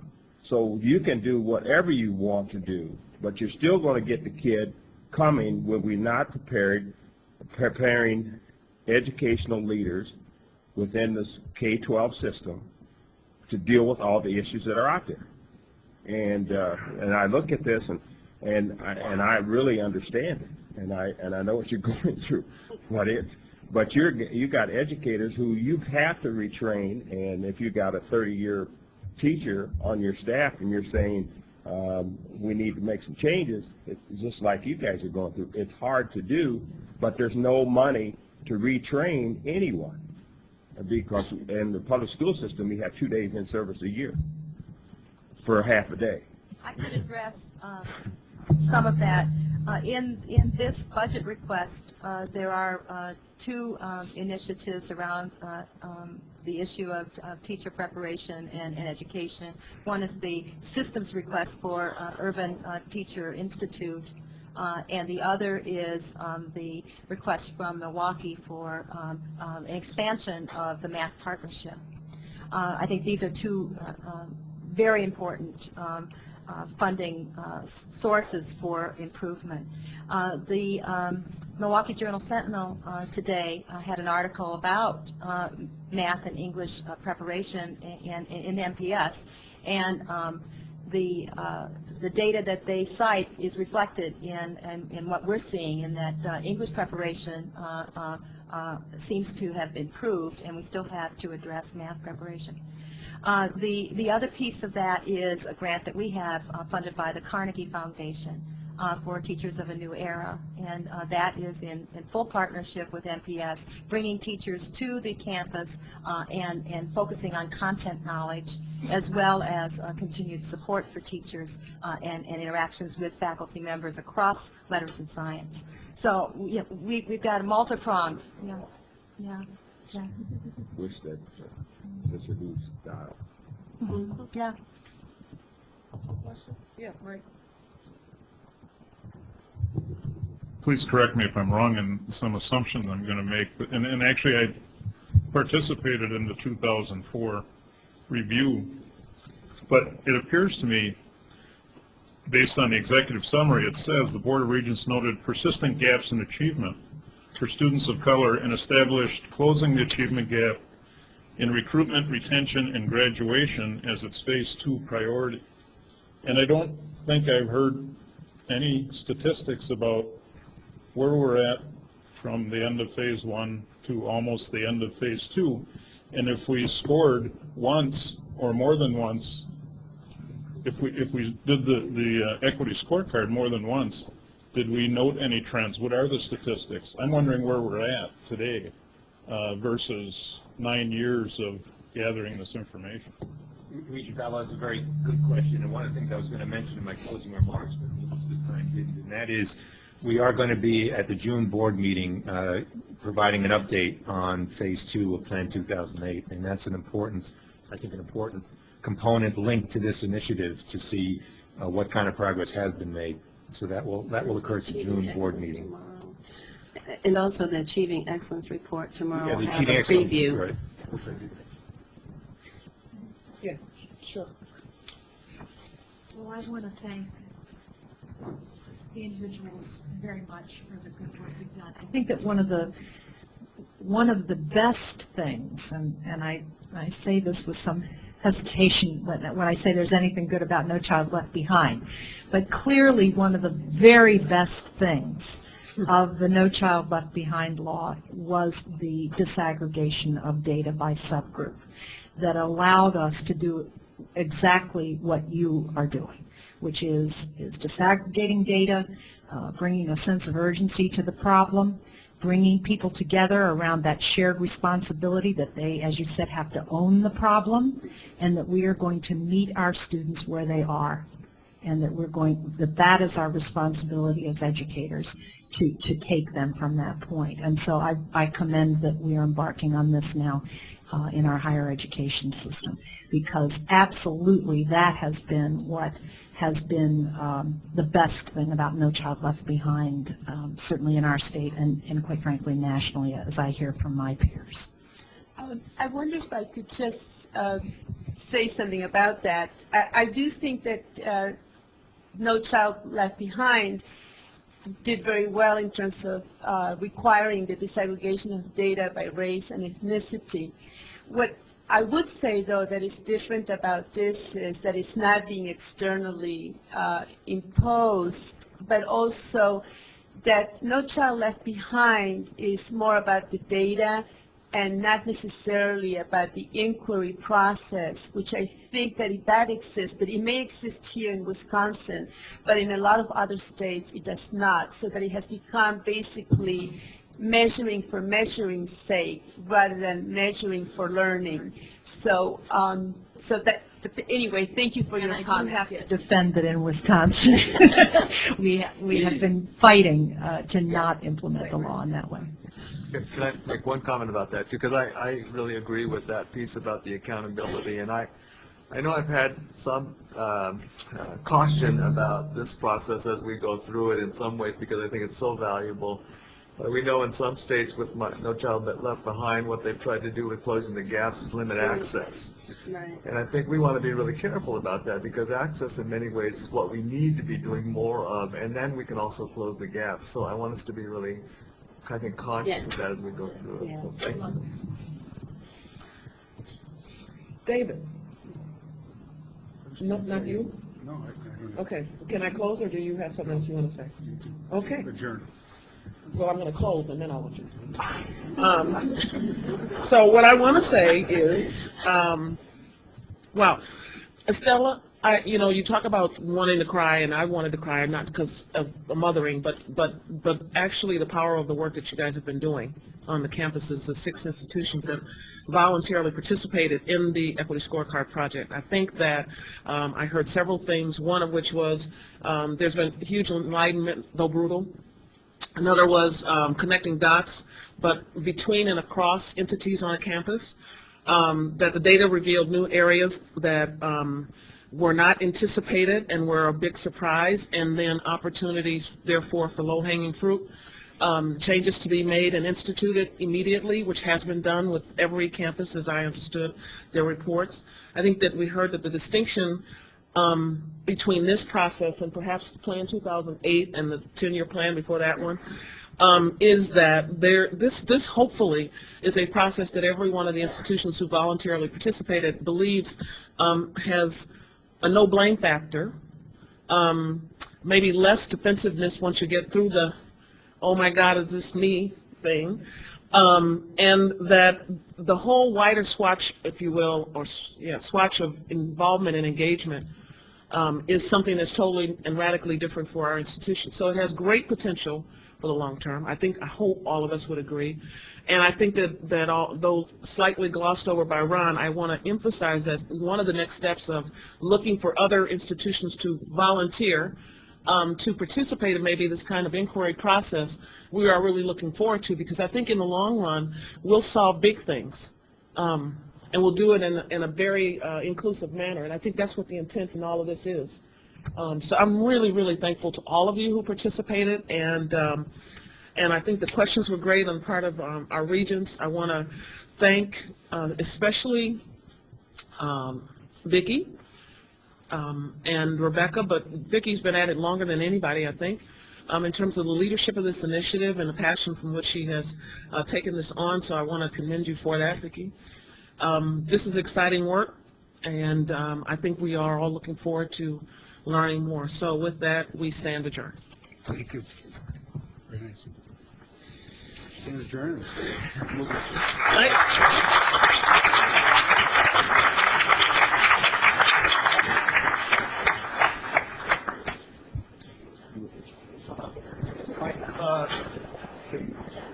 Mic on? Mic on. Okay, tornado drill basically will be announced at 1 o'clock, and then the actual drill will be at 1:15.